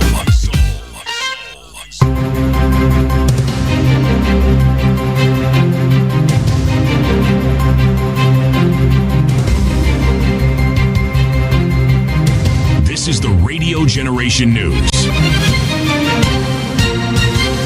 Good morning, I'm Winnie Maganga. The Kenya Red Cross has reported another landslide in Kibendo area, Keio North in Elgeyo Marakwet County. The agency says its teams are en route to the site with further updates on the incident set to follow. This comes as the 26 were killed in landslides in areas including Endo Ward and Embo Boot, Embo Lot in the county. More than 3,000 families in Kwanza constituency, Trans Nzoia County, have been forced from their homes after River Sabwani burst its banks following days of heavy rainfall. Flood waters have swept through villages, submerging houses and farmlands, and leaving residents stranded and in dire need of support. The national government has dispatched a multi-agency response team to coordinate rescue efforts, evacuate affected families, and deliver emergency relief supplies to those displaced by the disaster. Here's Charles Yabuna, a local sub-county administrator. 3,000 families kutoka kule juu Kapomboi mpaka huku na Manjalala zimeathirika. Tuna vacate watu kutoka kwa manyumba zao waende safe places. And again tunashirikiana na other partners. Red Cross wako kwa ground kuensure kwamba we create camps ili watu wetu wakuwe safeguarded. Education CS Julius Ogamba has called on university lecturers to accept the phased payment of arrears amounting to 7.9 billion Kenya shillings. Speaking in Mombasa County, Ogamba said the government has already shown goodwill in settling the arrears and called on the striking lecturers to call off their strike. Ogamba did not give timelines for either of the payouts, even as he urged the lecturers to resume classes. We've done it with the other unions, we've done it with Kupet, we've done it with NAT, and everything is settled. And we will be able to do it with WASU. All we're asking them is for them to come to the table, look at the realities of the current situation, and accept the offer that the government has put on the table, because it is the best offer. Police in Kiambu County have launched a probe into an incident on Sunday afternoon where an angry mob torched a 33-seater matatu after it fatally hit a pedestrian along a Thika road. According to witnesses, the matatu driver lost control near Juja town, knocking a pedestrian who died on the spot. Angry residents and border riders then pulled out the driver and set the matatu ablaze. The incident caused a major traffic snarl-up on the busy Nairobi-Thika highway. Two siblings from Thuita village in Mathioya constituency who had reportedly been thrown into River Mathioya by their mother had been laid to rest. 7-year-old Precious Wanjiku and 1.5-year-old brother Promise Mwangi were buried in the same grave as their distraught father Peter Mwangi looked on in disbelief. The heartbreaking tragedy occurred after the two children allegedly died when their mother reportedly threw them into River Mathioya in Kiharu constituency. The mother remains in police custody as investigations into the incident continue. Watu wa Proti walikuwa nasema kwamba huyo dada alikuwa anajifugia kwa nyumba na anakaa huko ndani. It is sad to say you are no more our friend. We miss your smile and laugh. As our class prefect, you always encouraged us to remember, respect our teachers, parents, and elderly.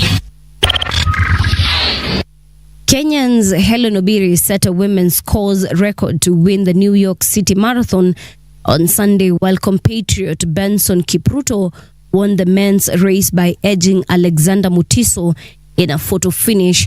Obiri, who also won the race in 2023, finished in 2 hours, 19 minutes and 51 seconds. Obiri was running with 2022 winner Sharon Lokedi until she pulled away from her countrymate in the final mile, surging ahead and winning easily. Defending champion Sheila Chipkirui finished third. All three beat the previous course record. And that's the truth on Radio Generation. Good morning. I'm Winnie Maganga. The views and opinions expressed on this program are those of the guests and do not necessarily reflect the views of Radio Generation. Radio Generation assumes no responsibility or liability for the interviewee's views. This is Radio Generation. In the beginning, there was morning radio. But now there is Radio Generation's The People's Breakfast, curious and bold, getting facts from the shadows. That's what it is. Now, as the city wakes and secrets stir, a bright new voice shines. The People's Breakfast, your morning, your voice, your journey. Good morning. Good morning, my neighbor. Welcome to the home of hard truths and bold insights, Radio Generation. Very good morning to you. Welcome back. This is Radio Generation. 7 minutes past 8 o'clock. How are you doing? I hope everything is fantastical on your end. City, I've just been told by another civil servant, retired civil servant, that civil servants haven't received their money, their pension, the entirety of this year. Bro, yeah. Iko shida. Kuna shida. So it's not just lecturers or, lecturers from TUK. Well, I actually knew that the pensions hadn't been paid. And there's a time even the civil servants themselves had salary delays. Yeah. That much I knew. Yeah. The point is this. That's why I asked the question. What exactly are we dealing with here? To answer that question, I mean, do we actually have money? You can create a budget. Right. But do you have money to put into that budget so that it can be paid? And if you don't, why don't you? Yeah. And I think the answer to that lies in this is what we collect and this is what we budget. Right. And our budget, unfortunately, and our revenue don't quite agree. That's a conversation we'll definitely have going forward. In studio, we do have the Vice President of the Law Society of Kenya, that is LSK. We want to talk about Conflict of Interest Act of 2025 versus constitutionalism, and of course, judicial independence. I'm talking about Wakili Mwaura Kabata. Wakili, welcome to Radio Generation. Asante. You've just heard what we were talking about. Yes. This whole issue of salaries, and then there's a whole issue of pension. Do you know what is happening in the country as far as that is concerned? Because we're getting very worrying information from across from across different sectors, from teachers to lecturers to doctors. I mean, it's a crazy time to be alive in Kenya right now. Yeah. The tragic truth is that, and I agree with what is being said, we spend more than what we collect, and definitely there has to be a deficit. We also service a lot of foreign debt, and so at many times we will find ourselves lagging behind in development, infrastructural development, because of the external constraints of servicing foreign debt. And so it's not a new thing happening in Kenya. We've been doing it for the last 30 or so years. Whatever we collect, even in your own house, if you spend more than what you earn, or you spend more than what you produce, then definitely you'll have a zero-sum effect of not developing. You'll always be in a state of stagnation. Yeah. Yes. And that's where we are right now. Absolutely. Quite unfortunate. Yeah. LSK has been a defender of, our constitution, our laws. Yes.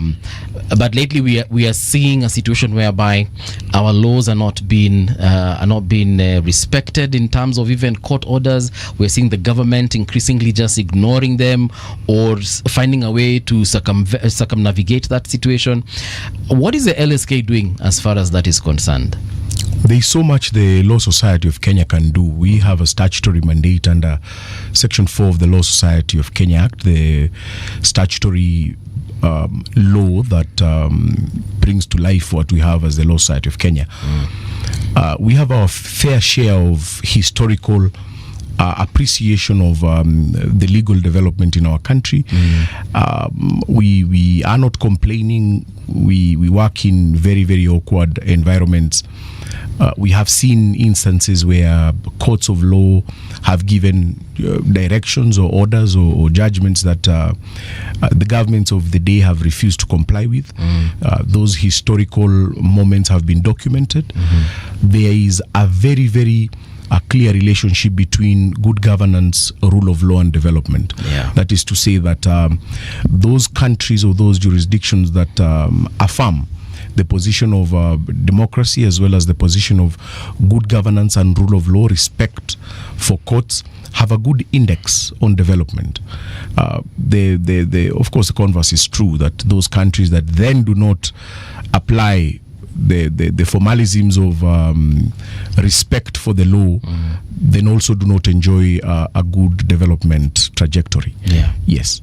Like, for example, we've seen the president or the government of Kenya being taken to court several times over, he has formed some kind of committee somewhere to take care of a certain issue, and then someone goes and challenges it in court, and the court says that one is unconstitutional.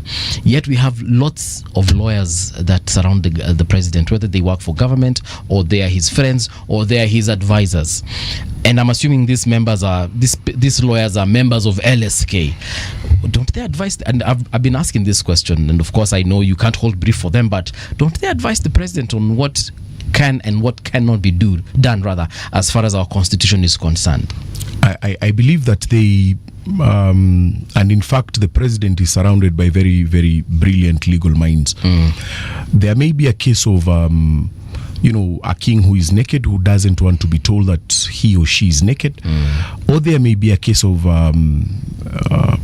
professional psychophancy, where advice is given based on what you want to hear. So that probably what may be true right now is the latter, that even as professionals, or even as persons who possess quite a unique acumen of legal reasoning, there may be an insistence on the person who is receiving this information that there is a particular way I want to be advised, and if you advise me contrary to my expectation, then I think I don't need you a lot. And of course, for survival mentality, then you find persons who are supposed to be the pedigree of legal reasoning, doing the exact opposite, what I may call as a stagnation of the mind, not giving the proper advice. I mean, there are professors of law around the president, there are doctors of law around the president, there are very seasoned legal scholars around the president. To me, it's an indictment on the part of the presidency that a majority of the moves, the interventions, both legal, statutory, as well as policy that the president attempts, and which I think he means well, usually find themselves in court, and the court has the final word that those directions, those interventions were not proper before the law. The recent one that I can think of from the top of my mind was, or rather is, the task force on compensation. In fact, uniquely, that even the chairperson, our president of the Law Society of Kenya, my very good friend, Faith Odhiambo Moni, recently resigned from that position because the courts had already pronounced themselves in a finality manner that it was improper to set up that task force on compensation. So it's a moment to reflect and say, hey, hold on, am I doing the right thing, or is it a case that the judiciary as well as the Law Society of Kenya is just up to frustrate me? I think the former is the correct position, that you need to reflect, come back, re-strategize and listen to what other people are saying.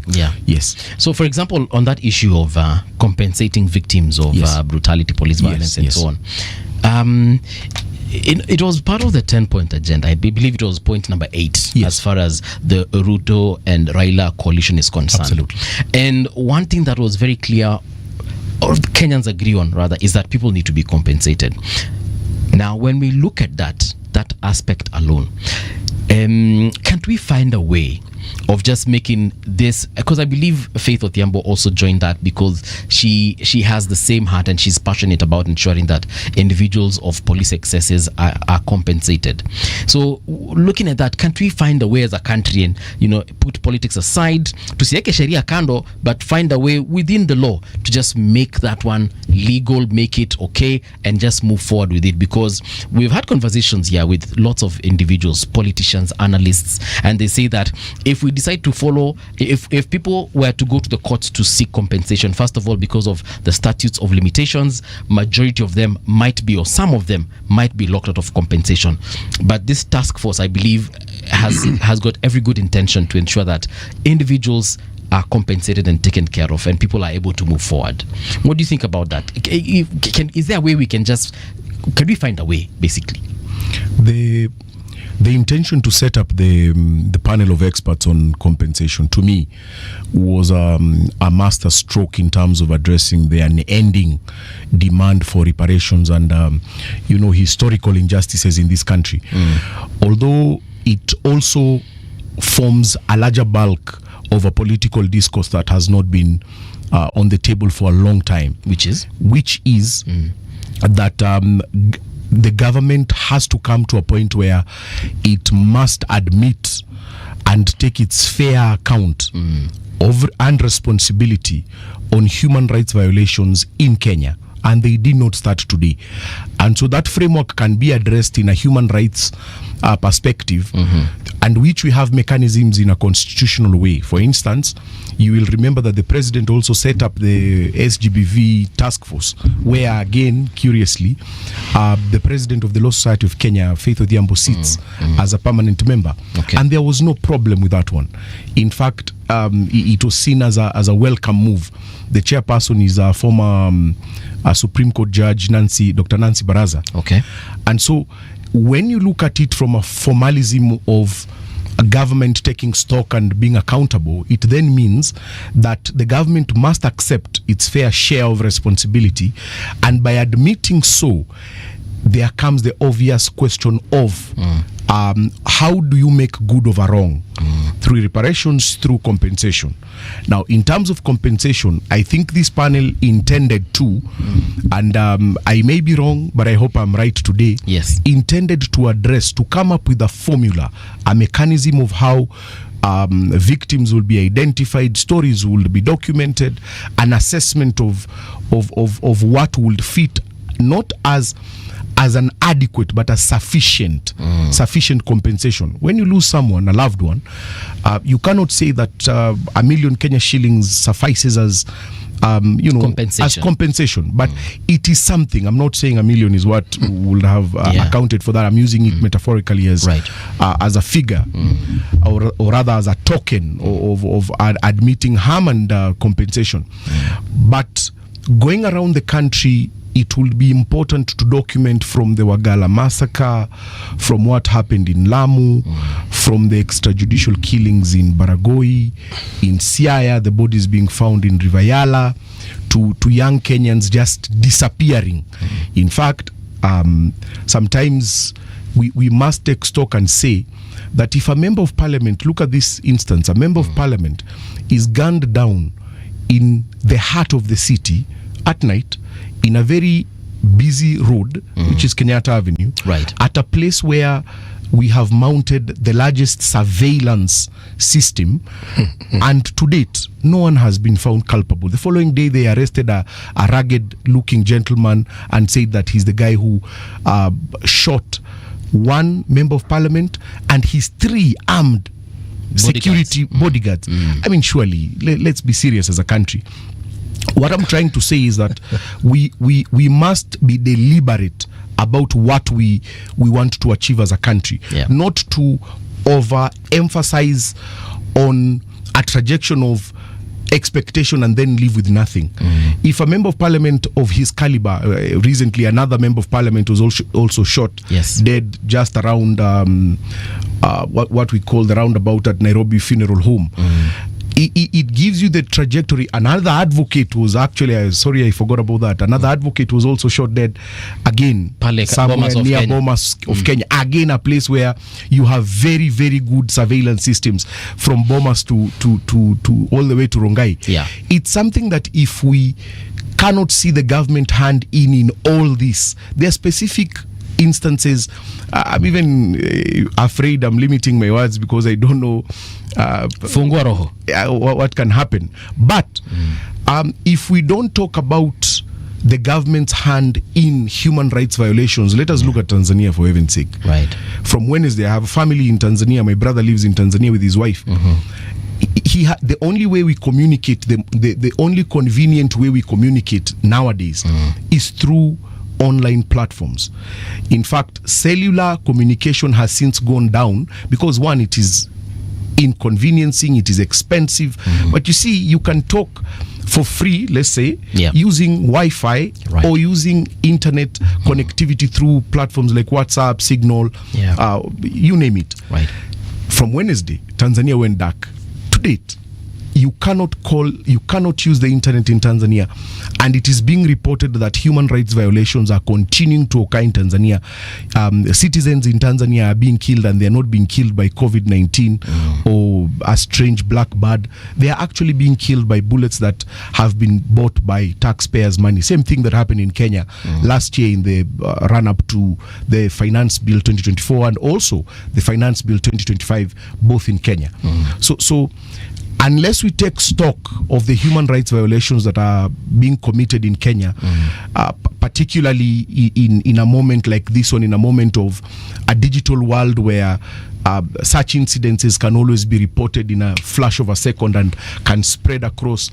I mean, younger people are more informed than the older people in the generation that we are living in. So unless we talk about the truth of saying government to take stock of its own share of responsibility, then whatever attempt we may want to underscore by the establishment of such task forces, will be extremely ridiculous. The Kenya National Commission on Human Rights, and I know now they have a substantive chair, congratulations to her. They did a very good job in their report last year, and I know that the work is cut out for them. They will move with speed. They will continue documenting. They will continue reporting to the executive because they have a mandate to report of human rights violations and measures that can be applied to make good what has always not worked in this country. Let me ask you this question. Yes. What is it that our constitution says regarding compensating people who our courts have found to have been harmed by the government? A very progressive constitution like the one we have in Kenya underscores, in fact, not the formalism of compensation. It goes beyond what we consider what courts can underpin as monetary compensation. In fact, it supports mechanisms of alternative compensation, justice mechanisms. For instance, in the northern part of Kenya, you will not believe this, and I know I will get in trouble for saying it, but I mean, it's a Monday and we are almost approaching December. I could as well get in trouble. There exists mechanisms that are out of traditional mechanisms, that if you are found guilty of, say, committing a crime such as murder, if you murder a member of our family, then the legal dynamisms of prosecution and convictions do not apply. You are then required to make good by restituting my family by being a member of our family. So that the position that I took in my family, perhaps to toil and be an instrument of production, is then transferred to you. So that now, even though we may have lost one family member, we have now gained another. Are you seeing the responsibility of the individual whose death is attributed to you? Yes. You know, to take over their role. Absolutely. So if they were the breadwinner, you become automatically, and there is no limit. Term limit. You become the breadwinner. It works. It's what you lawyers call it. There are no statutes of limitation. There is no statute of limitation. Okay, now let me ask the question, since you've introduced this lovely term. Yes. With regards to people who have died, like we know cases that have gone to court reported by the human rights organization within this country, that the government was directly implicated. Okay? Yes. Is there statutes of limitation when it comes to compensation for such victims? There is none. There is no law that says it must start in 2017. There is none. Or it must... There is none. Compensation is compensation, especially on human rights violations. Then if there is no statute of limitation, why did this commission only limit a certain the activities to a certain period of time? The terms of reference in the establishment of any task force then explain the gap in which they want to address their issues on.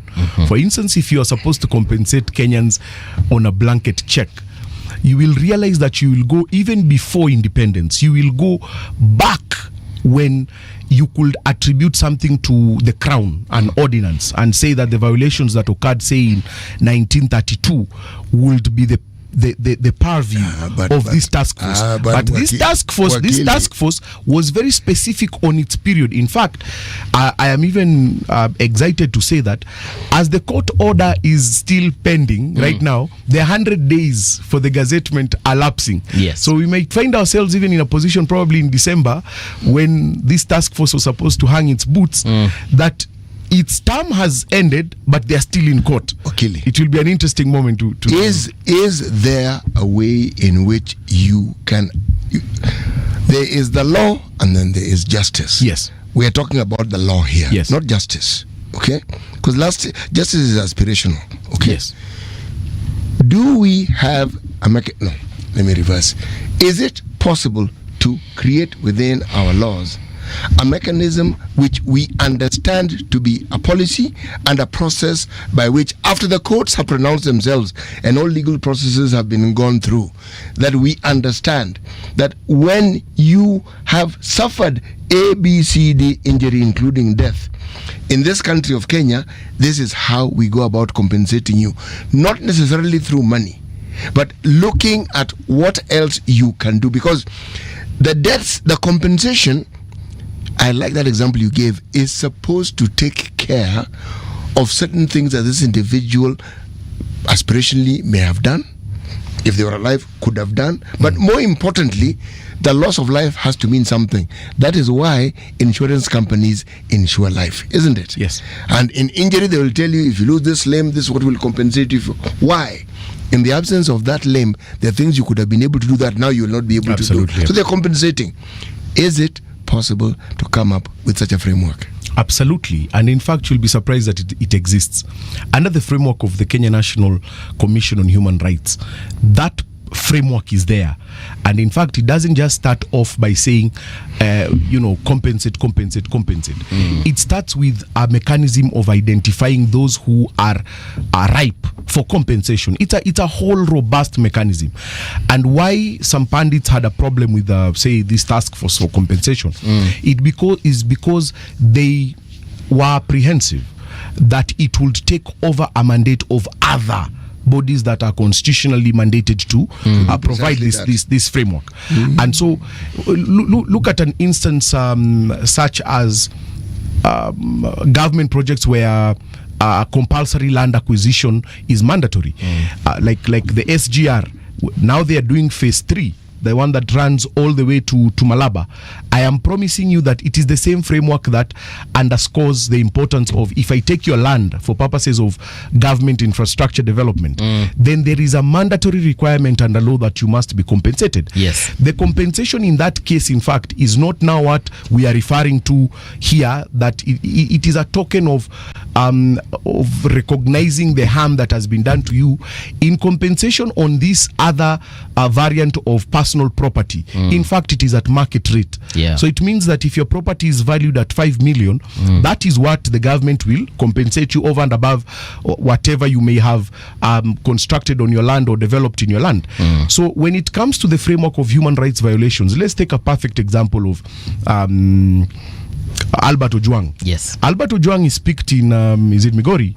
Yes, in Migori. Yes. He's picked in Migori, he's alive. He communicates to his people and says, I am being transferred to Nairobi.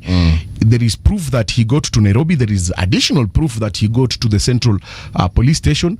There is extreme proof that he was under the hands of the police, who are members of the executive. There is proof that he actually died in the hands of the police. There is proof. So on this one alone, in fact, in very, very developed jurisdictions, what will have happened is that the Inspector General of Police will have resigned. He's taking collective stock of responsibility. It's not saying that A did it or B did it, but admitting that there is failure in a system. That failure cannot be attributed to the constable who was in charge of taking stock of the occurrence book. It has to go to the highest office, because you are saying, as an organization, we have failed to protect the life of one Kenyan, and you will not believe that he actually died in the hands of those who are mandated to provide security and to protect his life. Yes. It is so ironical. So on that particular case alone, you are saying that if there existed a framework that would make an assessment of such wrongs, to not only just compensate but also explain for purposes of good closure what happened. You know, compensation is not just about monetary gain. It also must address the impending trauma. If you see, without healing, money doesn't heal you, by the way. Money doesn't heal you. There is a misconception that money heals. It does, bwana. Money doesn't heal you. You can, in fact, I can only say it because the person who must tell you that is a person who has it already. If you are to lose a limb today, your left hand is gone. You tell me how that will be healed. Hii ingine ya roho, and it is not 100%. It will only blind you for a while.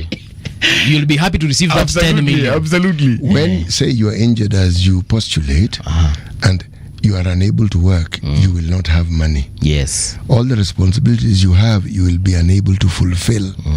If you're compensated, you are able to fulfill these obligations, some of them at least, even without that limb. So when I say inapoesha roho, I am not saying it is a solution. It provides a balm. It at least says, I am not entirely helpless or hopeless. That's what it does. The family of Rex Masai is not interested in money per se.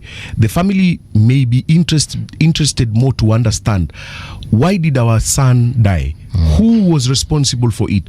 What would drive the mind of a person to take away the life of a loved one who does not pose any threat to them. So the question of compensation sometimes goes further to addressing the surrounding circumstances and not just the fact that you will get monetary value or monetary compensation for the loss of a dear one or for the loss of a limb, as you correctly put. The topical question around compensation then will go further to addressing how can we then make sure that this does not happen again?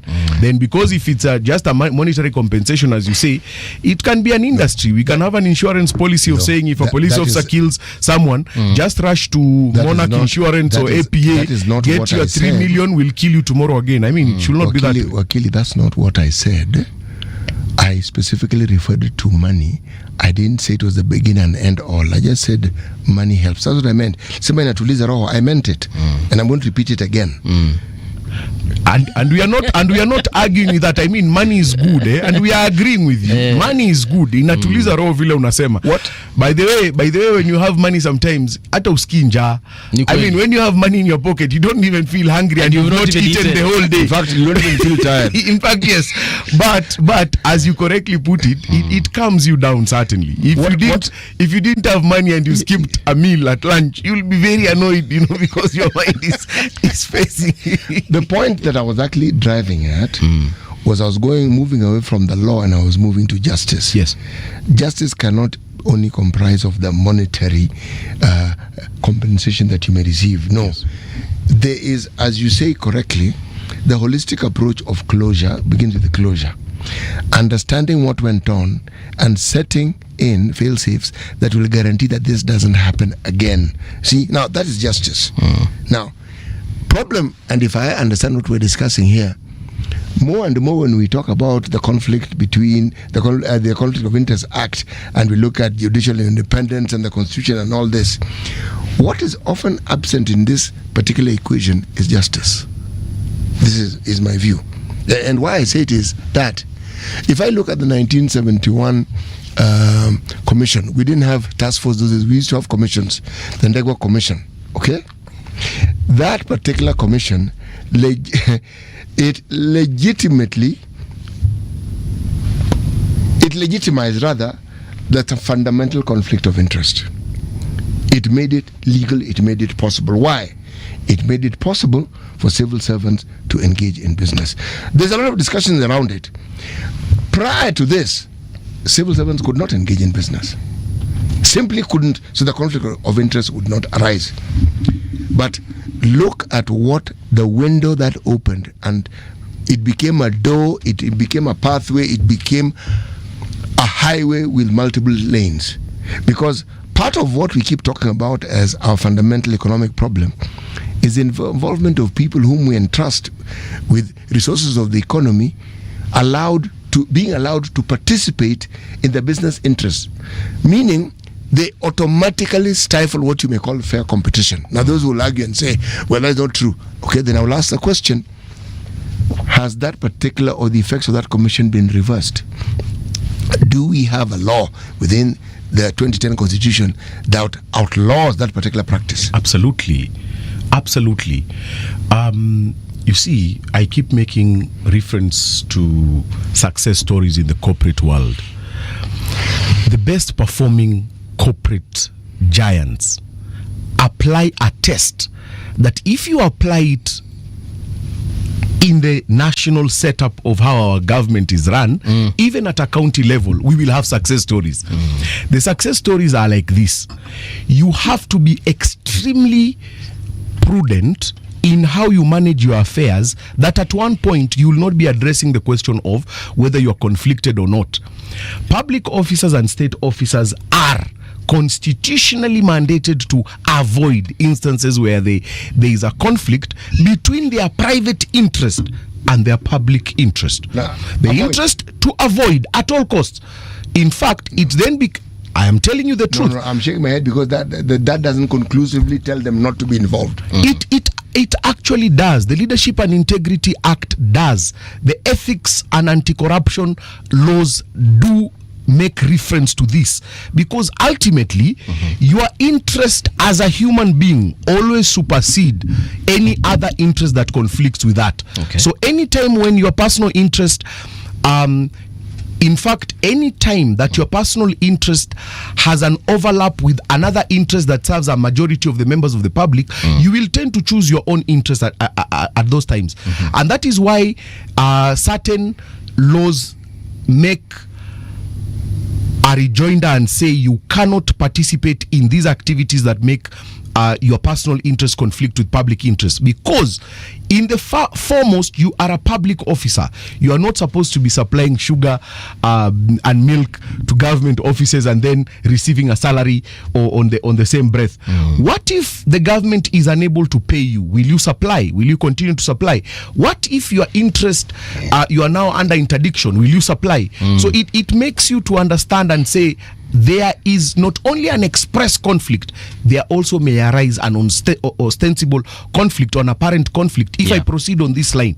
And this is why we are saying, even for the exemption, let's say in the what do you call this, the Conflict of Interest Act at Section 25, when it tends to isolate certain members who are considered to hold state offices and public offices, like cabinet secretaries and county executive committee members, then we have a problem with that, because how do you drive a car that is fueled by the Kenyan public and then you utter the words that chama hii ni nzuri kuliko chama ile ingine? Actually, you're right, because that Section 25 is on political neutrality. Yes. And right now we are seeing CSs. Yes. Being very politically charged. Exactly. Yes. And you can tell that they are not neutral. Ile sehemu wanaegemea. Yes. So in a case like that one, then what do we do? And they're doing it, number one, publicly. Absolutely. So what do we do in such a case? The amendment was very deliberate, and it was handpicked from the Leadership and Integrity Act. It is meant to insulate legal liability on the part of cabinet secretaries and their equivalents at the devolved level, which are the CECs, so that they can be able to get the political charge on one end but still hold public offices. This was the case when we had the old constitutional order where we didn't call them cabinet secretaries, we called it cabinet ministers, were handpicked by the president from a body of politicos. They were first elected as members of parliament, and then they were also nominated as cabinet secretaries. So they will sit in cabinet, leave cabinet, go to the National Assembly and sit as elected representatives, which was working at that time, but it's now very, very constitutionally awkward. And so when you have persons who are leaders in the fields and in the sectors where they are coming from, head government, sectoral or ministerial positions, you are definitely destined to have success stories. But I mean, if you're regurgitating the same old hogwash fellas who have no success mantra in whatever they've done, even bottling water, then you're just left with the same outcome, which is failing stories or failures. And so we are saying that you have to hold your office with the respect that it deserves, so that you don't fly the Kenyan flag with a car that has government plates, and then you talk about on taxpayers' money, and then you talk about politics. It is completely unacceptable to us. So there's currently a petition in court. Yes. Are you part of that petition? I am the petitioner with my good friend Honorable Babu Wino. All right. So the two of you are in court currently, engaging the courts on this particular matter. Yes. What exactly are you hoping the outcome will? What's your prayer? We intend that we have this particular provision of the law suspended in the interim. Okay. With finality, we want the court to declare that particular section is unconstitutional. Once we've done that, we will then issue and document to all cabinet secretaries what the law says about, what the constitution says about political neutrality. And under Article 75, we will then be moving to have them removed from cabinet. These particular individuals? These particular individuals. And we are not joking about it. Yeah. Yes. Of course, I don't think you'd go to court, but how long do you think this process is going to take? Because right now we are getting into a very politically charged environment. We are currently campaigning even though we are not supposed to, but now here we are, and we can see CSs and PSs also moving across the country campaigning for the powers that be. Yes. We have a court date. I will confirm to you once my advocate gives me the update. But we intend to convince the court to give us interim orders before the end of this month. Okay. Once we have that, then we will be documenting and focusing our energies to these political activities and writing to the appropriate bodies, and also we will be seeking to petition Parliament to see how it will be enforced. You cannot run away from this constitutional order by saying that I had some of these cabinet secretaries saying that the law allows them to do this, while they would be reading a narrow aspect of that law. Yes. The holistic baseline of what the constitution says is it abhors a position where cabinet secretaries using public resources take political stands. They are required in law to be apolitical, to be extremely divorced from political comment and political life. And so once we have achieved what we intend to achieve with I'm calling him governor, with Mheshimiwa Babu Owino, then we will definitely be moving to have any member of cabinet who participates in politics for their removal. How will you petition that, and who will you petition? Will you petition, you said you will petition what? The courts? Will you petition the legislative arm, or are you going to petition the president to remove them? In fact, we are appearing before Justice Bahati Mumue on the 18th of November. Okay. And on that day, we intend to convince the court, because we've already served and complied with the directions that were given by Justice Mugambi, to have that particular section suspended for the moment that we will be prosecuting our petition. Right. That means that once it is suspended, any further commentary on these issues becomes a violation of the orders that the court may have granted us at that day. Okay. And which means that members of cabinet and members of the county executive committee, like any other person holding state offices or public offices, will be restrained from commenting or taking political positions, meaning that the political neutrality that we are talking about must be achieved. So again, I ask, yes, once the court rules in your favor, yes, how will you get CS Mbuvi, for example, removed out of office? The process under Article 25, under Article 75 of the Constitution has been done before. We will be moving to court for their removal. We will be moving to Parliament for their removal, because we are sure that on the part of the presidency, we may not get a good ear, a listening ear. Probably they are in fact sanctioned by the presidency for obvious reason of political support. But the removal of public officers under the Constitution is a very, very straightforward process, which we intend to actualize. You know, CT keeps on reminding us here that we are a country that just ignores court orders. We assume that they are what? Tuliambiwa court orders zinakuanga karatasi ya kufanya nini? Ya kufunga nyama. Hiyo ni gazeti. But if we gazeti ndio inachapisha hizo vitu. I think kuna mtu alisema hiyo ni kama tissue paper, but if we a country that just ignores court orders. No, we're not a country that ignores court orders. We are a country whose political leadership and who are entrusted with the mandate of ensuring that they look after, if I'm putting it on lay terms, of the citizenry, have led the charge of setting the example of disregarding court orders, in so doing disregarding the law. Right. In so doing, these are people who the courts or the law should have taken its effect. Remember, this is the discordance between the law and justice. When you have a highly placed example such as that one, do we then find it strange that civil servants with impunity go around campaigning when they know full well that service is supposed to be neutral? They know full well. They understand it. When you enter that office, there's a certain training you go through just so that you get an understanding of what is this job entails. But further to that, the implementation of the law is actually entrusted to the police service. This is a question I keep asking because I don't know.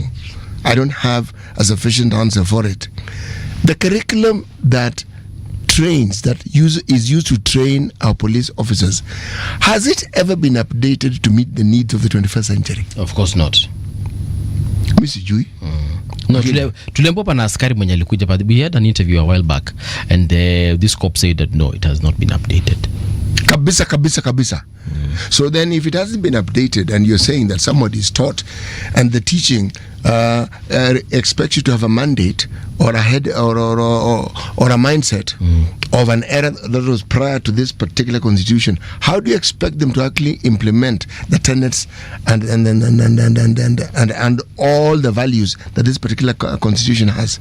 Wakili, if you went back to the historical underpinning of the establishment of the police force as it then were, now it's a service, allegedly.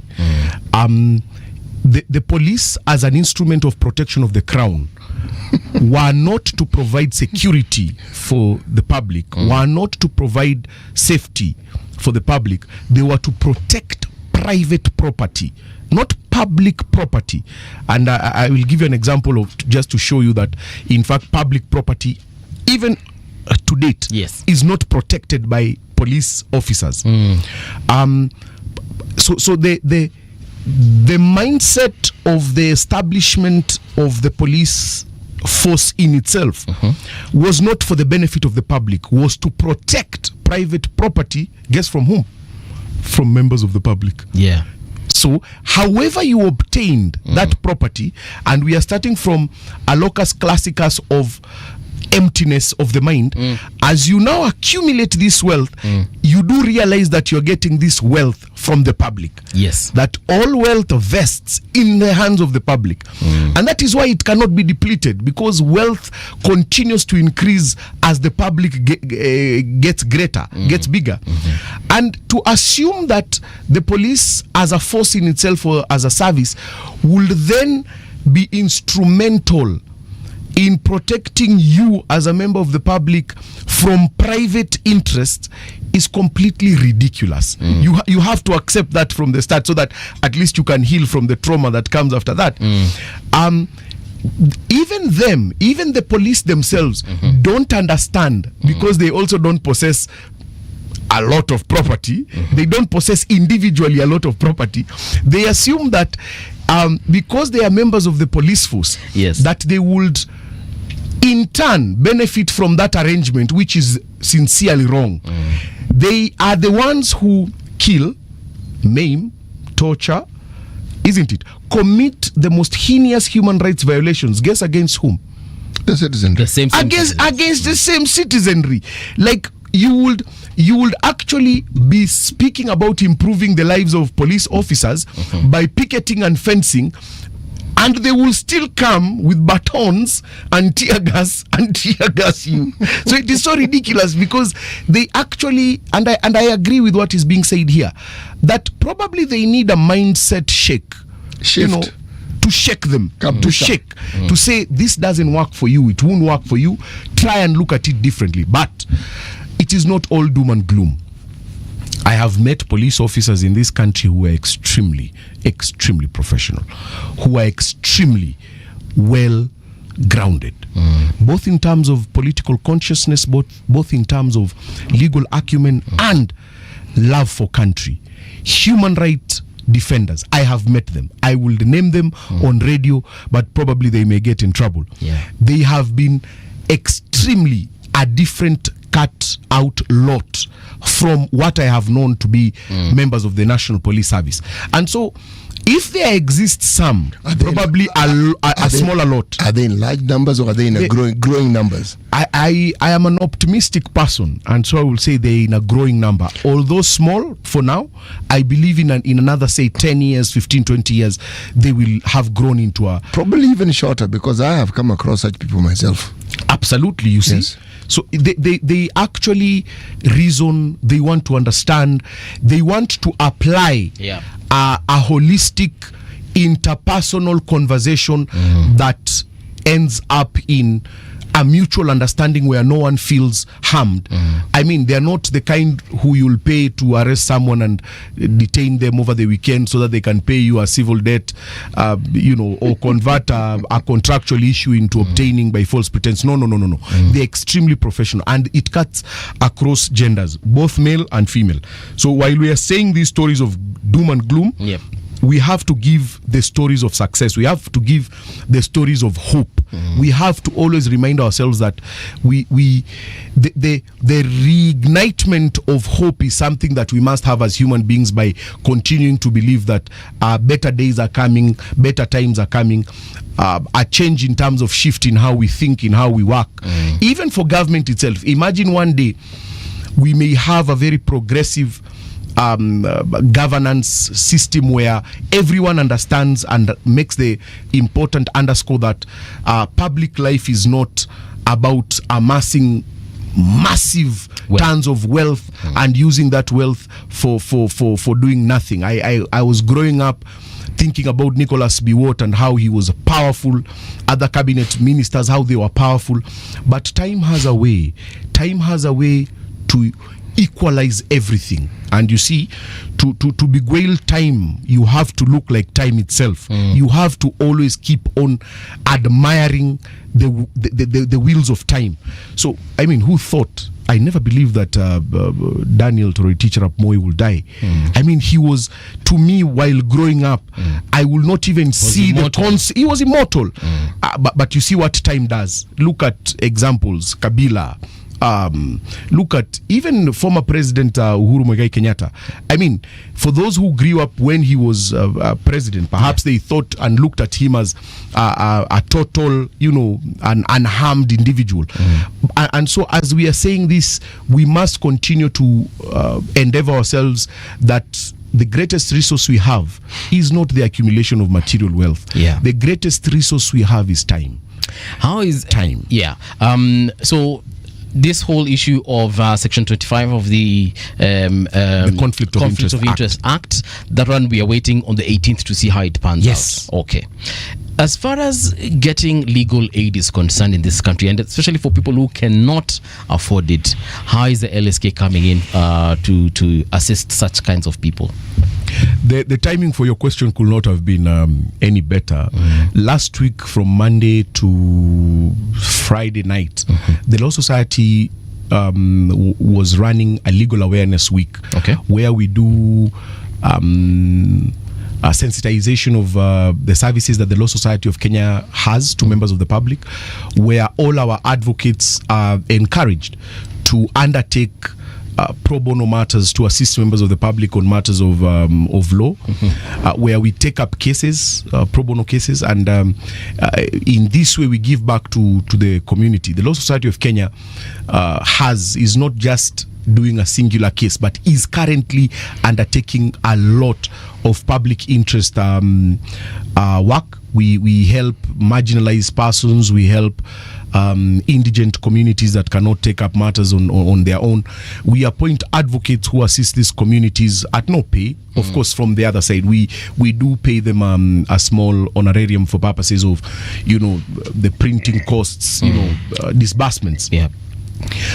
And we keep on encouraging our members through training that pro bono practice is not what we used to see as a rugged practice where you're just helping the poor without any return.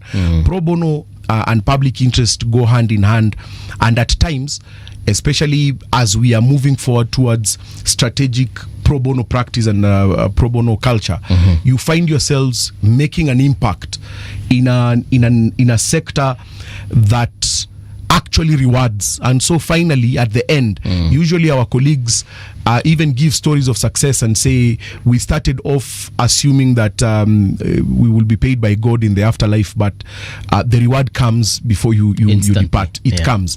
So we encourage our members to take up more pro bono briefs. In fact, over and above even the small honorarium that we give as a token of appreciation, we also award professional points to enable them to renew their licenses at the end of the year. It is something that we continue to encourage our members. Could you talk a little bit about the office of the public defender? What we call the ombudsman, under the Commission on Administration of Justice, and they are doing a great job, in fact, devoid of the politics that surround them. They have become courageous amidst these times, which is something that we must echo. They continue to document and voice their grievances on human rights violations. They echo the sentiments from the Kenya National Commission on Human Rights. There would be no better time to give them a pat on the back and say, well done. They are working in an environment that is extremely awkward, but they are courageous enough to try and see that these things are being done, that it's being reported. They are not shy away from calling out whoever they believe is responsible for certain violations. And I believe with strengthening institutions, they will one time take their space as a true public defender, even by going to court, by writing to authorities and demanding information. I know under the Access to Information Act, when you write to the office of the ombudsman, it has a constitutional mandate to write to these offices and demand the information under the Access to Information Act. I think section 15 or somewhere, I forget. But I keep on encouraging myself and those who listen to me that we must endeavor to make our institutions stronger. We must endeavor to see that the Constitution in itself is harnessed into a living document that gives back the inspirations of those who bore it and those who birthed it, right, to enable Kenyans to enjoy the societies that we live in. So it's important to encourage, especially the Office of the Public Defender, to continue doing what they do, to continue documenting, to continue voicing their grievances against state excesses, and to remember that the public supports them. All right. Maura, we have come to the end of the show. Thank you so much for engaging us. Karibu sana. Yes. Is there something that we have left? I can allow you 10 seconds to articulate it. Ama tuko sawa? I usually say that we must endeavor to bring our government to deliver on good governance, rule of law, and to always remember that if you're not on the table, then definitely you're on the menu. All right. Thank you so much. That's where we come to a close as far as that conversation is concerned. But do stand by. Bado, tunaingia 9 o'clock with another conversation. Right now, though, here's the news. Radio generation, the sound is fine. Pump it up, turn it high all the time. Let the music move you, let's sway. Radio G's got your jam all day. Radio Generation, the home of urban soul. The views and opinions expressed on this program are those of the guests and do not necessarily reflect the views of Radio Generation. Radio Generation assumes no responsibility or liability for the interviewees' views.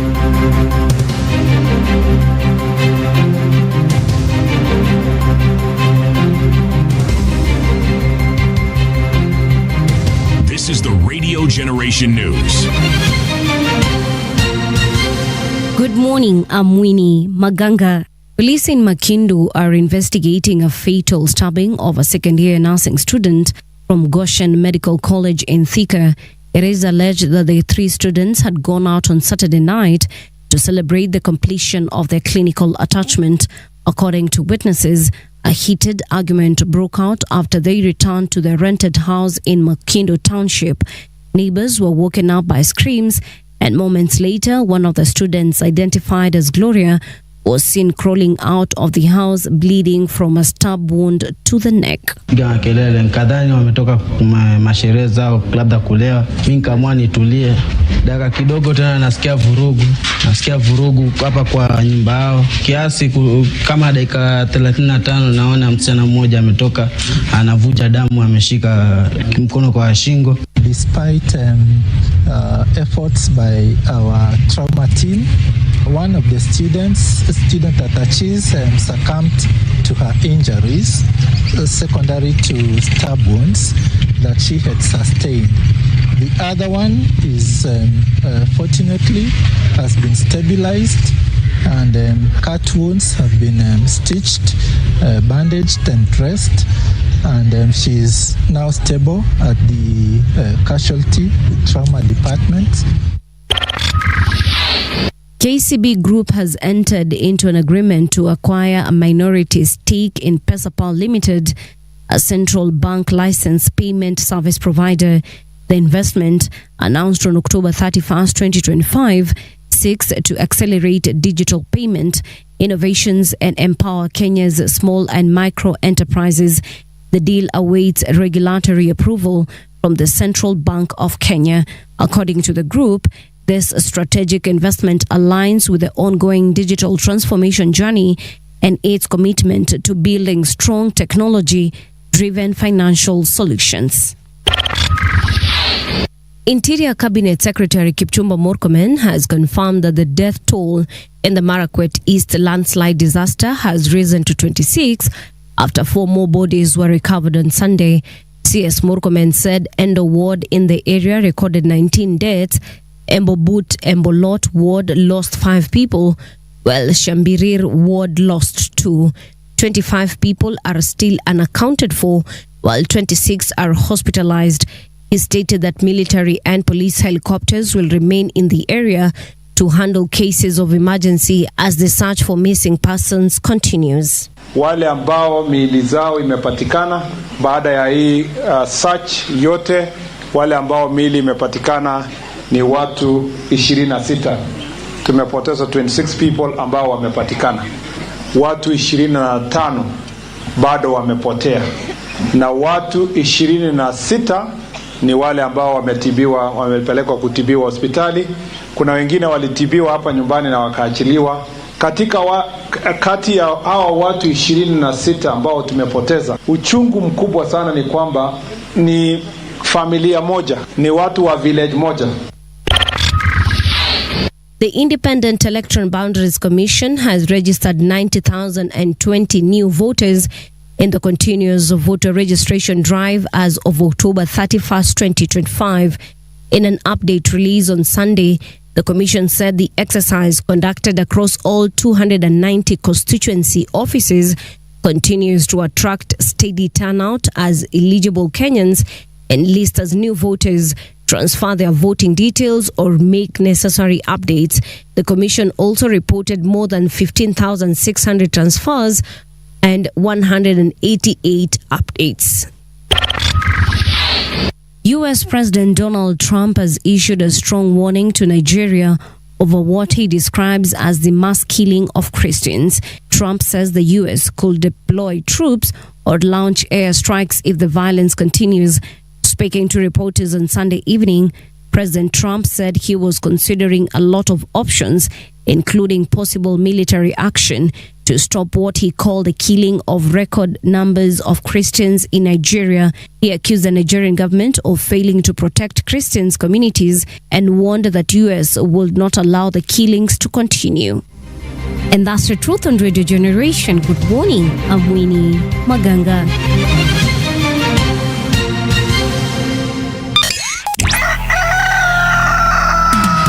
In the beginning, there was morning radio. But now there is Radio Generation's The People's Breakfast. Curious and bold, getting facts from the shadows. That's what it is. Now, as the city wakes and secrets stir, a bright new voice shines.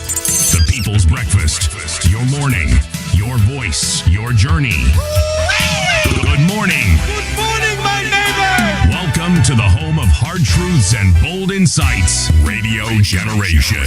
All right, it is 7 minutes past 8 o'clock. Past 9 o'clock. Ala, mimi nimerudi nyuma kidogo. It's because I'm actually enjoying my time right here in the studio. But let me see. Who else is enjoying this time with me? We do have a couple of folks. Let me say their names. Kuna Andrew Odhiambo. How are you doing? You're saying Nakuru is tuned in live. Simon Indiati. Good morning. Wadau was... Good morning. But amesema good morning, then that name was unnecessary to block Chadema from polls and jailing Tundu Lissu. She would it was unnecessary for the president Samia. Okay, from the polls jailing Tundu Lissu, she would still have won. Tanzanians still supported CCM and now it's gone. Simon Indiati, thank you very much. Mkenya Mzalendo, morning. Alex Mwendi tuned in from Keroka in Nyamira County. A good dancer should know when to leave the stage. Mkenya Mzalendo, you are absolutely right. My take 2.0, you're saying, what exactly does Sifuna stand for? It's becoming really difficult to trust whatever he says. In the morning he says this, afternoon he says a different thing. He promised to leave Kenya if Ruto wins in 2022. Haya, Ernest Shipale anasema my take 2.0, didn't Ruto say gas will be bought at a cost of 300 bob? Why do you have selective amnesia on issues? That's why I always say psychophancy is a plague. Bwana, guys, be easy on each other. Nobato Wara anasema bwana niko hapa Mbuvi, salimia Uncle City. Uncle City, umesalimiwa na bwana Nobat Award. Asante bwana Nobat. Nimepokea salamu. Kuna watu wanasema that had President Samia just allowed Tundu Lissu to run in the last election and other political leaders in that country, that she still would have won. Actually, if you look at the election in Tanzania, if I go back to 2015, right, when Magufuli became president, he garnered 58.4% of the votes. 8.6 million shillings. Edward Lowassa gained 6.07 million, which constituted 39.9% of the votes. But that went down in 2020 when John Magufuli stood again. Right. Because this time he actually got 84% when he stood against Tundu Lissu, who got 13%. So if you look at just that trend of those two periods of time, right, it is clear that CCM still had the power. Okay. But Tundu Lissu by now would have gained more. All right. So whoever says that Mama Samia Suluhu could have won, she still could have. Okay. Not with this margin that she that we've read, but 99%. But number one, the people who go to the polls are not just supporters of CCM. Right. Even the supporters of the opposition leadership or the opposition parties who are now in prison, they would also go to the polls. But if their people are not, the members of parliament are not there because they were not allowed to register. The leaders who would have vied for the presidency are not there. Why would they go to the polls? Let's ask the political commentator in the room. That is Titus Butai. Titus, good morning. Good morning, sir. Do you think that President Samia would still have won this election had she allowed her competition to thrive? You know, I think Africans would like to give ourselves problems that we can avoid. Because she could have just allowed Tundu Lissu to vie and rig the elections the way they always do. Like, what was the big problem of creating this whole scenario? Like, there were so many ways of reassuring herself like a second term without necessarily. But I think also City is very correct with what is just if you look at those figures, there is something that was a risk to Mama Suluhu, that they had to be this iron-fisted around the second term. Because you realize the politics of Tanzania are usually organized around the initial agreements between Zanzibar and the mainland.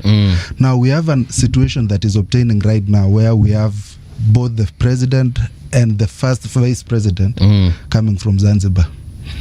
And if Tundu Lissu had vied in this particular case, there was a huge chance that the mainland would have voted alongside Tundu Lissu. And that is why their objective was to ensure that it doesn't end up in the ballot paper. Because if you allow that to play out, yes, then there is a real chance of actually losing the election. Okay. Yeah. So you're saying that in the previous past, the president always comes from the mainland, Yes. which is Tanganyika, Yes. and then the first VP Yes. comes from Zanzibar. Yes. Actually, you need to understand that Zanzibar actually have a president Of their own. I know right now it's President Mwinyi. Yes, and their president tends to be the vice president of Tanzania. Yes. That's how they work. But they have the president, that is President Samia, had a running mate. Yes. So who is that? So the way it's a very how do I call it? A duplicity of systems. So the first vice, Hussein Mwinyi is the first vice president of Tanzania. Right. If you remember, there was a function where he represented Mama Suluhu here at Nyayo Stadium as the vice president of Tanzania. Okay. There is another vice president of Tanzania. Right. But that one is usually the one representing the mainland. Okay. Yes, but usually the first vice president is usually also happens to be the president of Zanzibar. Yes, and they have their own parliament. It's almost a semi-autonomous entity by its own self. But for the purpose of the republic, then there is that arrangement that allows them participation in national politics. Okay. Yeah. So, but right now, in the case of if President Samia wasn't there, who becomes the president? The running mate or the president of Zanzibar? I think the running mate. The running mate. I'm not very sure about that, but it should be the running. It should be the running mate, Yes. because President Samia, when she was the DP, she was the running mate of Magufuli. All right, so it's the running mate who will take over. All right, at least that much of Tanzania we understand. So, but what do you think? Because the opposition has come out and said we do not recognize those elections, null and void results. And then of course the youths in Tanzania also are saying that thing is null and void. So President Samia is going to have a very difficult time. Do you think so? Ama hii itaisha tu after December? She's going to have a difficult time if she has a fixed mind. But I think all of us have a template of what the solution is. Handshake. Exactly. Okay. That's likely to play out. In fact, when you hear the opposition saying we do not acknowledge the elections, what they are simply trying to bargain for is the release of Chadema leaders. Not necessarily. Okay, the release is going to happen. Yes. As a matter of political negotiations. What they are really going for is for accommodation in government. Okay. Now that we know we cannot fight you for this, at least, and I don't know, I've imagined a situation where we'll have Prime Minister Tundu Lissu. I've imagined that situation. I don't know whether it will necessarily end up like that, but I've imagined that situation. It's a very possible situation. You've actually put it correctly. They already have a template. All they need to do is just borrow, exactly, apply, and move forward. And then we'll have another Raila in Tundu Lissu. You know, the funny thing is, actually placards of Raila Odinga were being waved in Dar es Salaam. I saw a couple of those videos, yes. So you can almost tell that politics is no longer local. Yeah. Politics is becoming regional. You see, if you understand the thinking behind Muungano, as they call it, between Zanzibar and Tanganyika, and then which became United Tanzania. Republic. Yes, it was a very good understanding. Essentially, Zanzibar were autonomous. Okay, it's just that you shared the name and you shared certain resources, but you chose your own leadership, and that leadership then had a very clear position in the unified leadership of what we now call Tanzania. And remember, Zanzibar also have their own parties. Just understand, okay, they have CCM in Zanzibar, but they also have their own parties. Now, Zanzibar, and I'm going to use the word here deliberately, notoriously had some of the most vocal opposition that that particular region has ever had. If you look at even just the formation of Zanzibar, and one of the first coups that was led by a guy called Tito Okello, okay, within Zanzibar. Tito Okello is a Uganda, just so that you understand. Okay? What I'm trying to tell you is this. Zanzibar was a hotbed of even revolutions, because the people who were first the leaders of Zanzibar were not Tanzanians. They were Arabs who came from Oman. Okay. They more or less led, and the offsprings and their progeny led. So the revolution that we had more or less ousted that particular group of people and brought in a completely new leadership. Okay.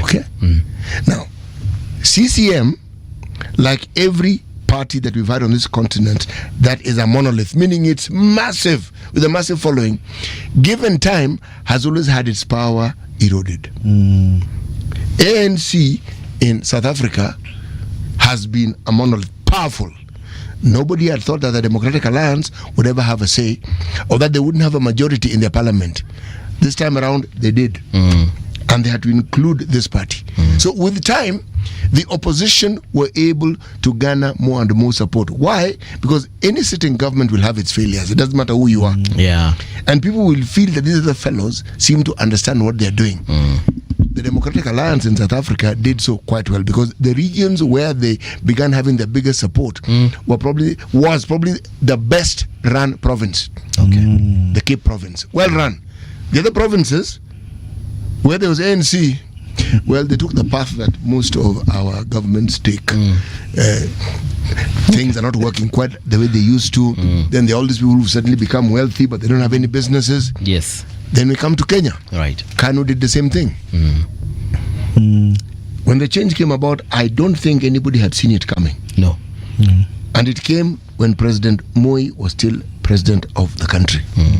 And then we've never changed since. Okay. Now we have our own form of coalitions, but the 2008 coalition was born out of strife. Okay? But if you go back into history, at independence, Kanu and Kadu merged. That was a coalition. That was the first coalition. Yes. But then it also killed the idea of multipartism. But this other one now introduced it in a completely new forum. Okay. Go right across this continent and look at the parties that brought in independence. They no longer have the same sway that they used. There are very few. Yes. I think in Zimbabwe there is still ZANU-PF. Yes. And it's also, even now, it's experiencing its own challenges with the power structures. In the last couple of years, I hear there is a tough between the president right now and the vice president, who is a military man. So... And it's never a good thing. The when president that is also a military man. Oh yeah, the president was a former Crocodile military man. Yes. He has the nickname that's the Crocodile. nickname is gone. Yes.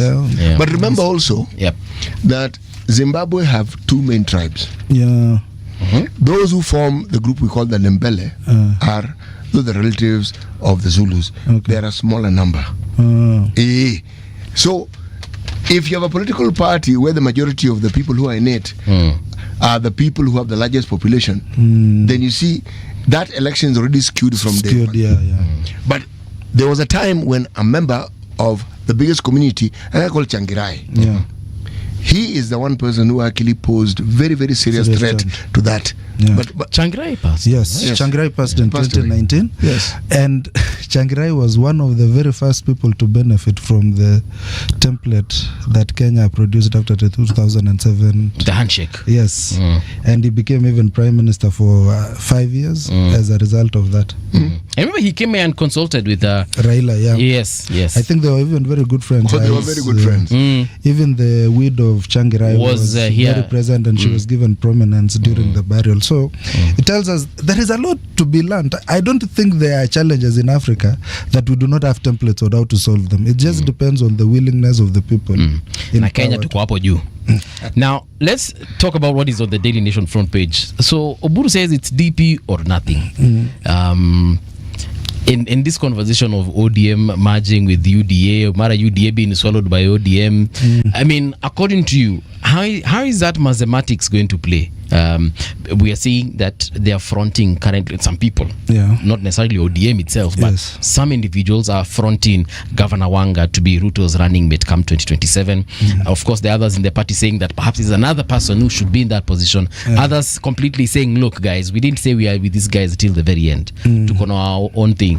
What are we saying going forward as far as this specific conversation is concerned? You see, what's happening right now is there is a vacuum in the political space, and everybody is jostling to pick whatever it is that they can pick.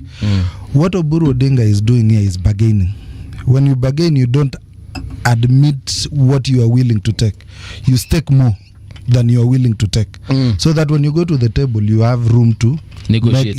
To give, to make incentives and that kind of a thing. So what's happening in ODM is purely natural. Are you saying that they are saying it's DP or nothing? Like, wakifika hapo wakiambiwa No, I'm not saying. Here's what I'm telling you. I'm telling you what Oburu and everybody else is doing in ODM right now is jostling for what you can stake. Now, what you will get will eventually be filtered down to what is your capacity to mobilize in the political space, because at that point, you will be asked, what are you bringing to the table? And you have to bring what is substantive enough to earn you that position. So what is happening right now is taking. You're even raising the expectation of your supporters, so that if there were some people who are feeling that they have lost hope, we don't have any hope of going, there is nobody bigger than Raila to come and take over that space. The moment such statements start coming out, you are slowly feeding into the hopes of those people that there is still something to fight for. So what is happening is just a rearrangement of the political scene, a lot of movements. You see, I like to use you've seen these movies of drug cartels and stories where where one drug lord dies or is eliminated from the equation, and then civil war breaks. Within the cartel. Within the cartel. It's almost a similar situation, just translated to the political world. There are people who are only held there by Baba, or who are tamed or controlled because Baba was there. But now Baba is not there to hold them back. So they are shouting whatever it is that they need to say. And it's the natural occurrence of things. It's going to be very interesting, especially in the next 2 years, what's going to happen with ODM, especially now that you've had the government or the president himself, the person of the president himself, claiming personal stakes in ODM. It's going to be very interesting. You have the young Turks who are yearning to take over positions of influence in the party. The Sifunas, the Babu Owino, Caleb Amisi, and all that clique of people. And then you also have the people who feel like it's their time now to give the party direction. Kina John Badi, Kina Joho, all those people are part of the old system, but they have never been in charge. So this is the opportunity to try and be in charge. Exactly. Those, the Kinawangas and all those kind of groups. You know, I often wonder, why do people include Joe in this conversation all the time? Why shouldn't he be included? He doesn't have any source of power except the power that was donated to him by ODM through Baba. The reason why I say that is Joe is almost like, do you remember the role of Balala for the 20 years that he was cabinet minister? What power would you really say he carried? It was donated to him. Exactly. So even donated power is power. You can still exercise it. In that, it is true when the person who gives you power is still alive. Yes. Because power emanates from him. Yes. When that person is not there, the equation is completely different, because now you have to generate your own. Yes. Are we saying that Joho doesn't have any significant political might? No, not significantly. So what does CS Joe have as an individual, a political leader? First of all, it's resources and networks, which in politics is almost half of what you need. Okay. The other thing that you have to realize, there is something I wanted to pick from City that is just mentioned about Balala. Initially, who brought Balala into the limelight, it was Raila Odinga. But then when Raila left him, when he left Raila or when he abandoned Raila, disappeared. He was adopted by Uhuru, and he still continued playing the significant role that he was able to survive in government for 20 years, 10 years after his significant godfather, or the person who put him there, had already lost trust in him. He acquired another godfather. Exactly, he acquired another godfather. That is exactly what Joe is trying to do. He's trying to acquire another godfather. Joe has ridden behind Raila Odinga successfully, and he's been very loyal at it. He's always demonstrated, he's been willing to mobilize and do everything, loyal to the party and everything. Except the one time when he and Ababu, another young Turks, I remember that, attempted to enact a coup. That's the within time the party. Black men in black. Men in black. I had never known that a table could be airborne. On that particular, on that particular occasion, I saw a flying table. But on a serious note, though, you know, on this whole issue of Joho, because you know, until it was mentioned on this very show, for me, I had thought, si yule jamaa wa Costa huwa ako sawa, anakuja na Costa. So mtaka kusema huyu jamaa kuja na Costa? Let me ask you a simple question. If you are talking, forget coast. You need to say Mombasa. In Mombasa. fact, Specifically. All right, Mombasa. Huyu jamaa wanataka kusema yani Mombasa hajakuja na Mombasa. and I'll give you another mathematics in Mombasa that you need to understand the ethnic composition of Mombasa voting base. And if you understand that, you will understand cosmopolitan. It's very cosmopolitan, but Yes. there is one community that carries, actually two communities. Luyas and Luos have a very dominant presence in those, and they are politically active in Mombasa County. And whoever becomes governor kinda has to work with this or with the leadership of these two communities to ensure that and that is what gave Joe that power, and that is what made him almost undeniably strong in ODM, because he had that very strong support of people who are strong within the party, or people who watu wa bara. Watu wa bara. Let me give you the dynamics. Please do. Within Mombasa County, the largest number of voters belong to the Mijikenda, actually. Giriama, to be precise. Followed by Digos, Kwale. Then if you talk about watu wa bara, Wakamba, Wajaluo, Waluya as they call them. Now, the thing about the Mijikenda vote, for the longest time they've supported Raila. They have been ODM supporters. If you look at their MPs, say for instance in Kilifi County, many of them come from ODM. And for a long time, even at the South Coast. In fact, it is interesting that Mvuria was one governor who was in a different party. And all his MPs are in ODM.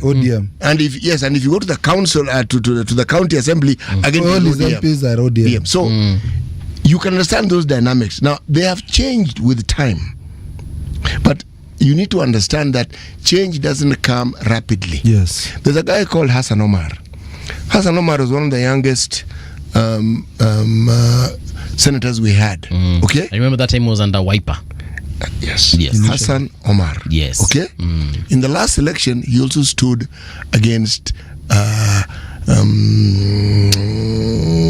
Abdul Samad. Abdul Samad, yes. He did fairly well, actually, if you look at the number of votes that he garnered. Okay. I'm simply trying to say that when you speak of the dynamics of Mombasa, you need to understand. Right now, Abdul Samad's deputy is a Giriama, with good reason.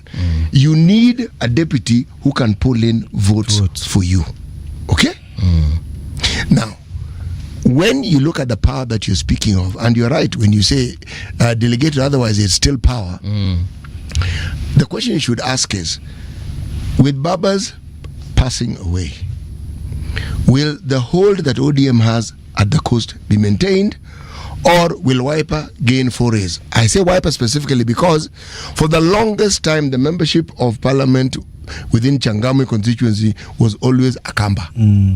Always. Why? There's a very large population of Kambas in that particular place.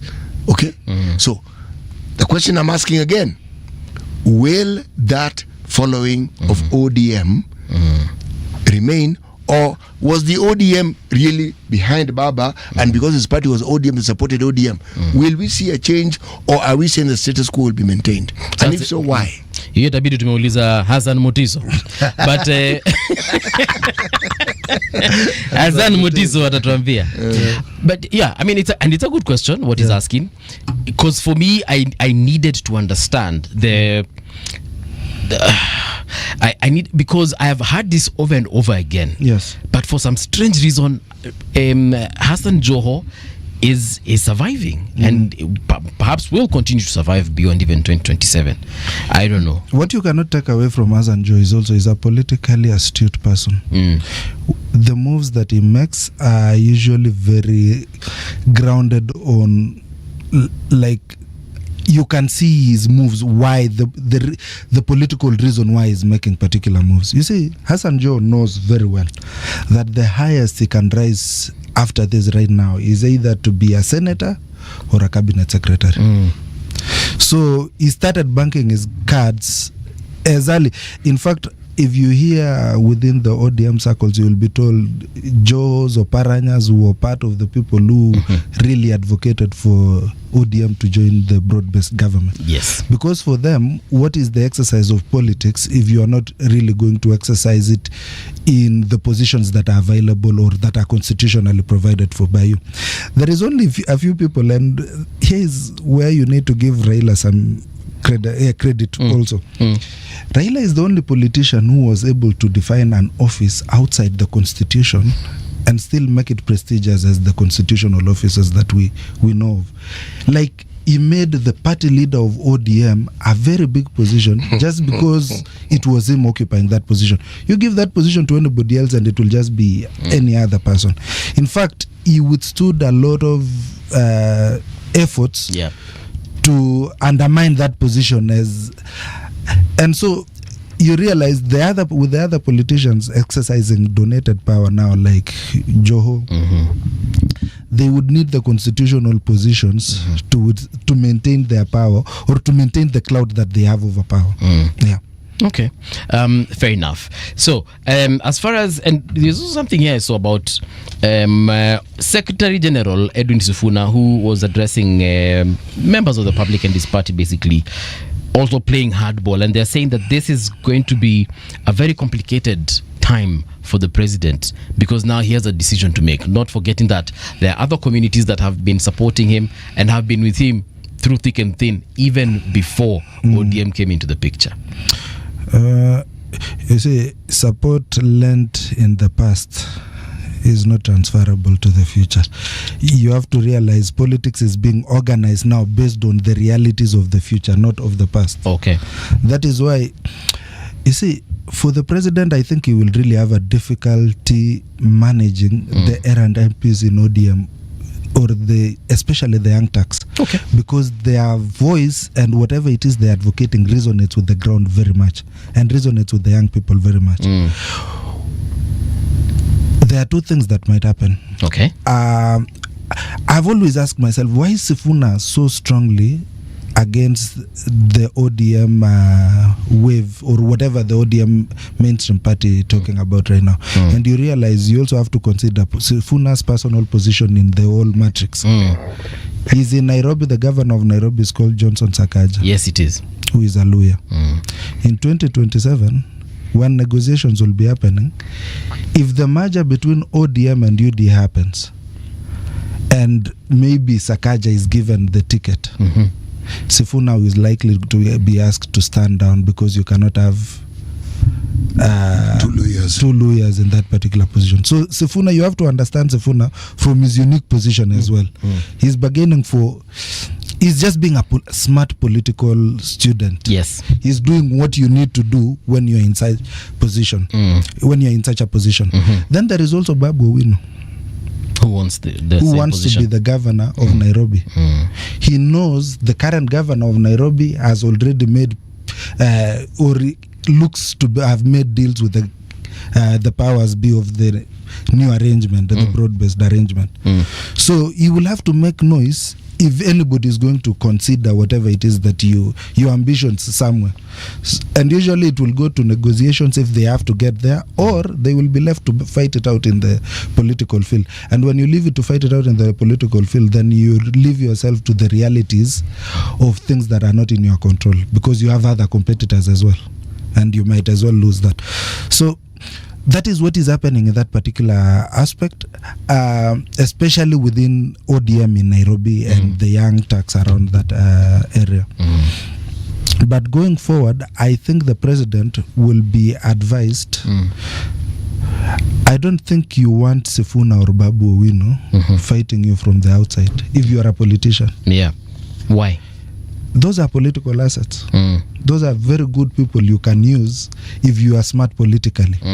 You bring them and accommodate them, negotiate with them, as opposed to if he goes hard on with them, that is when he will lose it. But if he negotiates with them, if he becomes the smart politician that he's always been known to be, then the right thing to do is not to fight them, but to work with them. There's a question that I have and I wish to ask. Yes.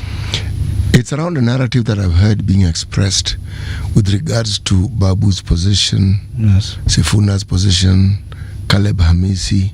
And the question is this. When Raila Odinga was alive, would anybody in any position of authority or within, or so to say, within ODM, would they actually make statements that had not been given the okay by Baba? There are two things. Baba was a very smart politician. When you hear Sifuna shouting at the top of his voice, without any equivocation, like he's so sure of what he's saying and is ready to stand by it, it's either one of two things. He has the blessings of his party leader to specifically do that. In fact, I heard Rigathi Gachagua say something very interesting recently. He said Raila Odinga has two camps in the broad-based government: the Sifuna camp and the Kinaopio Wandais. The other guys, their job is to ensure that the deal is honored at any given point. And whenever there are signs that things are not going according to what we agreed on, you will hear Sifuna's voice at the top. And knowing politics, that is also very possible. So you cannot rule out. You have very, very wisely avoided answering my question. so let me direct it to Paul. Yeah. When Raila Odinga was alive, would there be a politician within his party who would say the things these people have been saying without his okay? I don't think so, and it's very obvious that it wouldn't be allowed, because again, he didn't get to the position that he got as Raila Odinga by allowing people to just push him around, bulldoze him, and then just openly defy him. However, I also think it got to a point whereby former Prime Minister Raila perhaps decided he's going to accommodate these voices, because he knew that perhaps there has to be an end for him. First of all, forget his life, his end as being the head of that ODM party, and he had to allow other voices to be heard so that they can take over that particular position of being the leaders and the head of ODM. So, and perhaps this was him just trisexing. I don't think he knew that he was going to die to the time that he died. He probably saw another 5 to 10 years as far as his health and his life is concerned. So even when it came to an abrupt end for him, he had already started that process. And I'm just thinking, and this is hypothetical because I wasn't with him, so I'm thinking that he knew a time will come where these voices will be the voices of ODM. I have to ask a question as a rider to this one. Yes. This question was raised and he responded to it when he was asked, what is the position of ODM? Yes. With regards to the government. What did he say? So in 2024, he said, look guys, we are not in government. Tumekuja kufanya nini? Kusaidia wase ndio country sichomeke. I'm paraphrasing. But towards the end of his life, he made it very clear that he didn't necessarily say we are not in government, but he made it very clear that he is working with the government. And for someone who understands what that means, it means that ODM is in government. No, you have not answered this question. No. Let me answer your question. Thank you. He actually said Sifuna is the Secretary General of the party. Yes. And he speaks on and for the party. Yes. That is, it was actually in Kakamega, if you remember. Yes. There was something going on. I don't know if it was a funeral or something, but he rose up and stood and told people, Sifuna speaks on behalf of the party. That's why I tell you, I'm actually both inclined to believe Rigathi Gachagua's assertion, which is that, you see, in politics, when you place a wager, you have to give yourself insurance. And Kina Sifuna was the insurance policy. For so Raila. Whenever the government does not behave properly, you would see the intensity of Sifuna's activity in the political space and his hangarounds, Caleb Hamisi and that kind of a thing, which is smart politics, because you also know. Let me tell you what I'm looking at ODM. Raila Odinga was such a good leader to the extent that in the party ranks, you can see their people of a particular age. And then those people have been given roles in government because it's their time, that's their most active and productive years. Kina John Badi, they are professionals in their prime. And then there are young people who are being groomed for the next phase of leadership. That's the Kinasifunas. And how do you utilize such people with a lot of energy, with a lot of idealism in there? You allow them to check those who are in Nini. That's why I'm telling you there was a very clear, what do I call, for if you are politically smart, you would see a very clear mentorship model at play in ODM. If you are just but if you look at the noise of Sifuna is shouting and Sijui somebody is responding, but if you really look at the people who are making noise, those are the young people who Raila wanted to inspire or give them the fire in them to know what to fight for or how to fight for their rights, how to demand, how to represent people. And if you really listen to what Babu Owino says, it sounds like he's talking the language of the Gen Zs, basically, representing the people. First of all, these people do not believe anything government says without them government acting. Because you see, I know there is a group of Kenyans who believe what the government tells them, and then you meet the young people of this country, they don't believe what they are told. Believing, yeah. They only believe when you have it here, and they don't trust the government. They, in fact, in their own conceptualization of government, is government has all the reasons to lie. So we will take whatever you're telling us as lies until you prove that they are not. Yeah.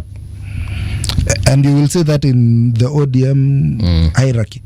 But I think that issue you're saying about seeing is believing is happening with this current government. For them, because there is so much they have said. Yes. That they haven't delivered on, such that even the ones that they mean to deliver, like Zileni, honestly, guys, by December 31st, this shall be here. Guys are like, Yoni Wongo.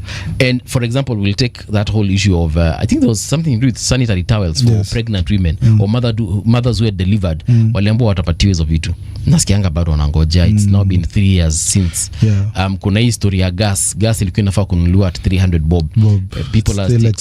People are still waiting for gas to be at 300 bob, and many other things that we can mention. So I think this is something that is plaguing this government more than it plagued previous governments. Yeah, and I think that can be narrowly put in the table of the president, because this is a president who has had the tendency of really promising too much.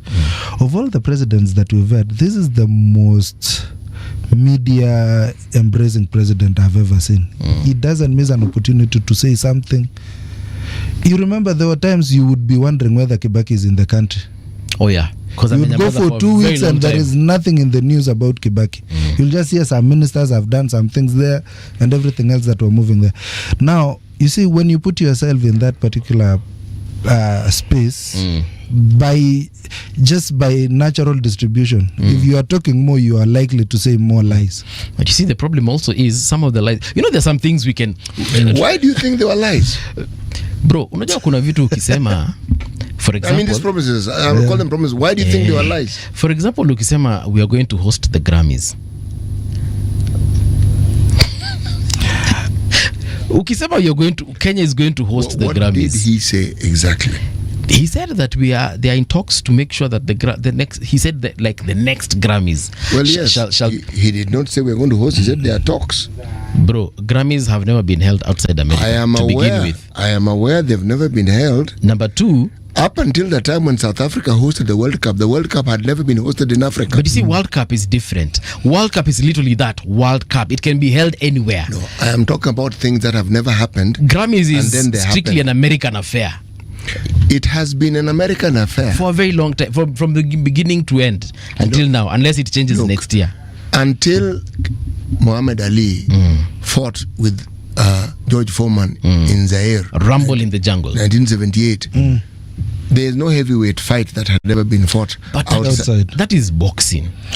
Actually, I think I am getting what City is saying. Thank you. The fact that it has never the fact that it has never happened there, maybe, and to his defense, and quite interestingly, the president spoke a couple of months ago, and he was confronted with that specific question of why are you lying a lot? And he said, you know, me, I'm a man of faith. I speak of things I haven't seen. And the problem I'm having is I'm speaking to people who are faithless. So when I tell them we will change this country, And it was kind of interesting because actually he is quoting Hebrews 11. Faith is the substance of things hoped for, the conviction of things not seen. So in that respect, yes, he was quoting scripture. There's a reason why I'm saying what I'm saying. People criticize the president for promising many things which have not been fulfilled, for enacting or being part of charters which he signed with counties, with individual interest groups.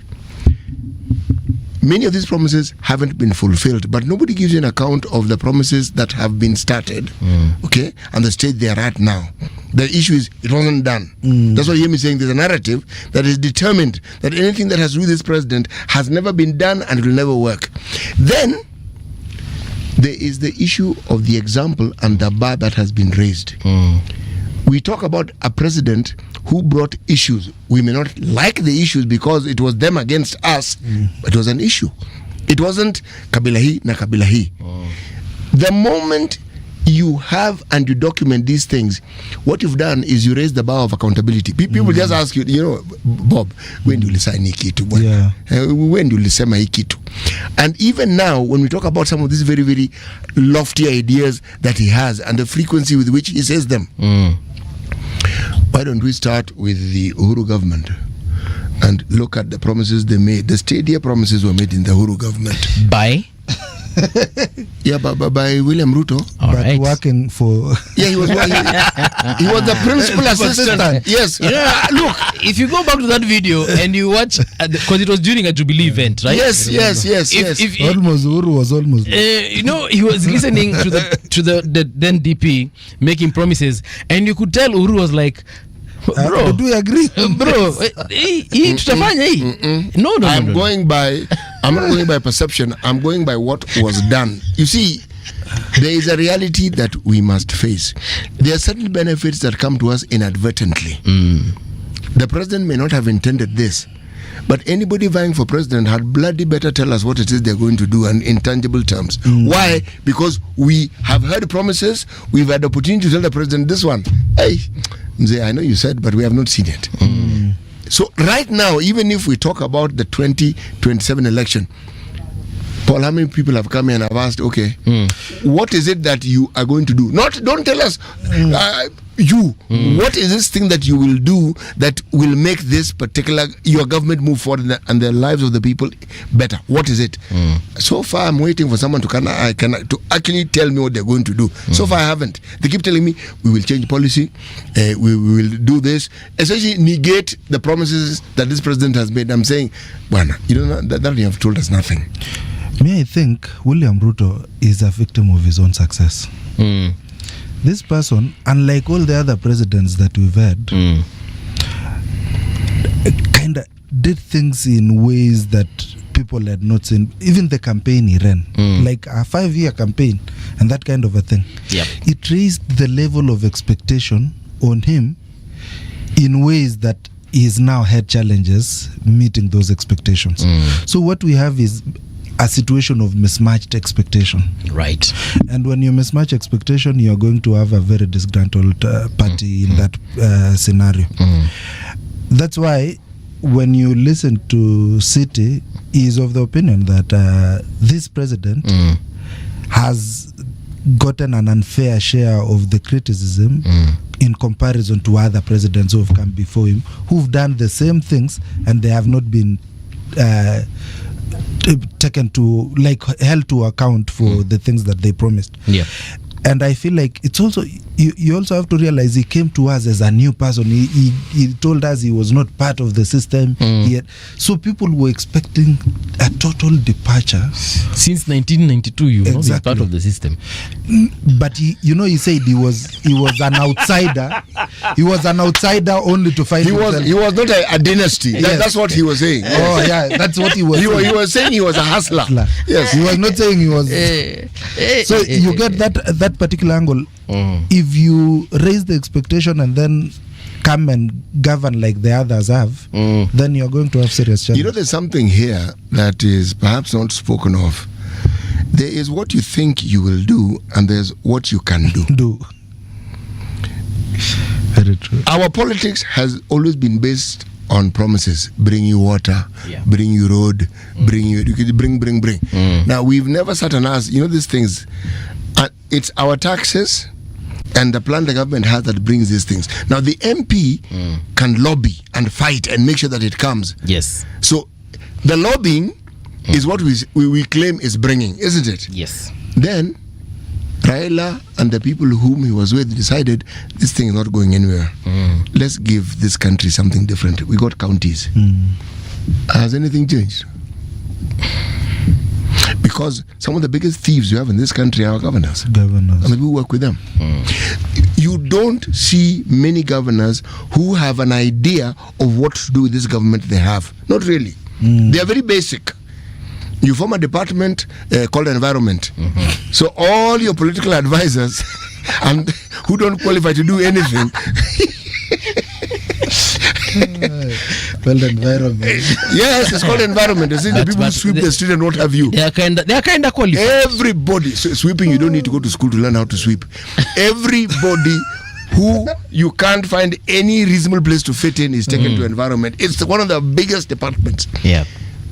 Whereas I would have expected them, because many of them have actually gone to some school, to come up with a blueprint or an economic model that would help, one, raise the revenue of that particular county to the point where that particular county can actually finance itself, meaning their own source revenue is enough to run the country.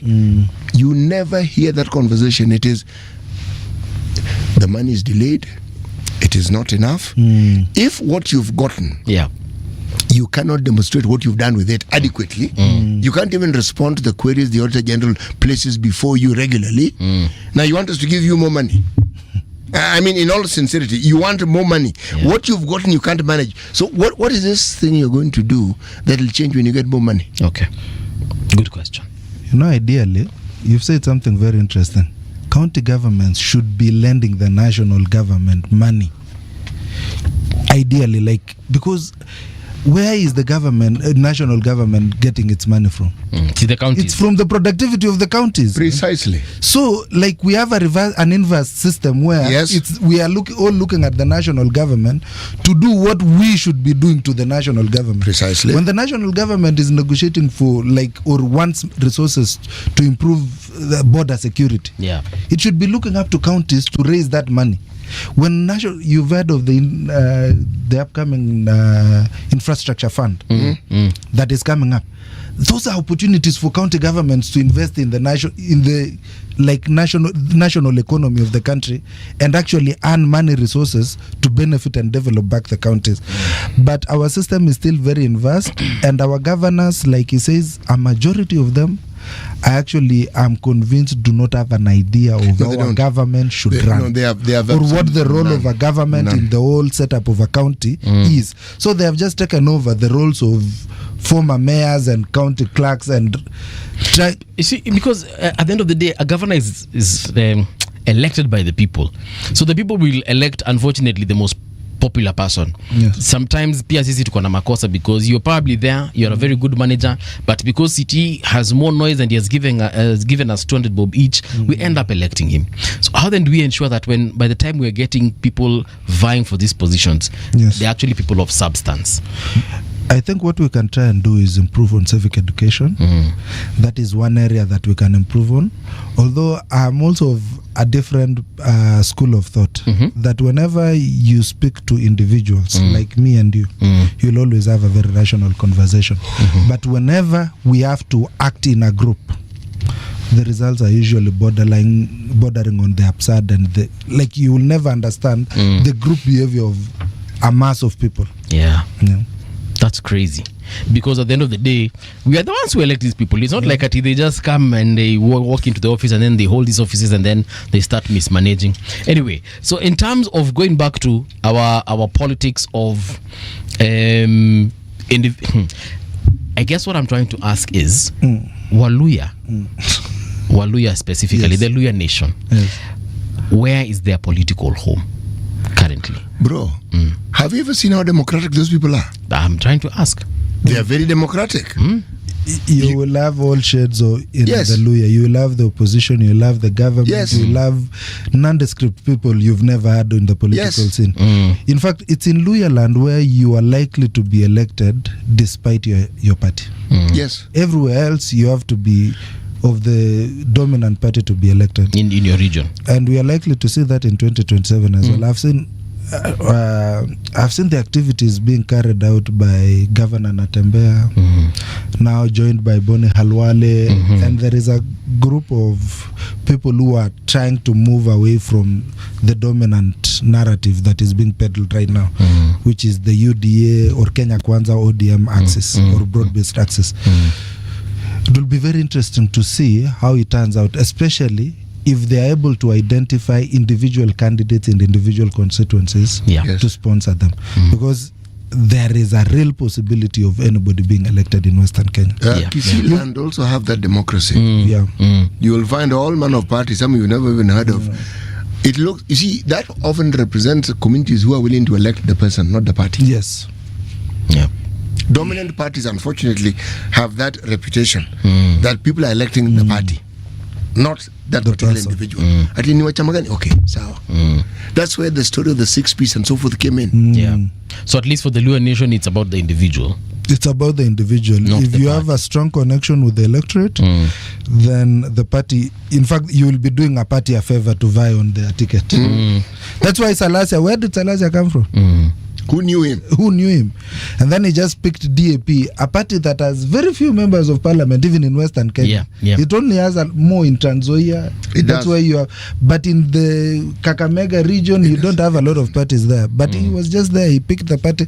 Now the party looks like it has roots in parts of Western Kenya. Yet it's only a Trans Nzoia party. And that guy is popular. Salasia. Yes. That man is popular. I hear people saying all manner of things, but he is popular. He is popular. And the game he's in requires popularity. Yes. I don't know. People usually want to make it look like it's bad for a politician to not to be popular. But you should be popular. You should be popular as a politician. The way people talk about he's playing populist politics, and I'm like, that's exactly what he needs to do. Like, if he wants to be a politician, that's exactly what he needs to do. You can't go against the people. You have to be populist. Politicians who are successful understand it. And whenever the people's general perception shifts, theirs also shifts with them. And over time, when they're identified with the people's perception, they become popular. That's what do you think being popular is about? Somebody who represents our sentiments, somebody who chimes with us. But he's been quiet for the last couple of days, unless maybe ndio sijakuwa nikifuatilia siasa. But anyway, we have come to the end. Thank you so much, Titus Mutai, for coming through for this conversation. Let's wait and see how things pan out in the next couple of months. And there are a couple of cases in court also that will affect our politics, especially on matters to do with conflict of interest, political neutrality, and so on and so forth. That one we are waiting to see how it happens. Right now though, tunasema tulieni. Kuna mziki unakuja kutokea sasa hivi, lakini for myself and City, see you tomorrow morning, bright and early.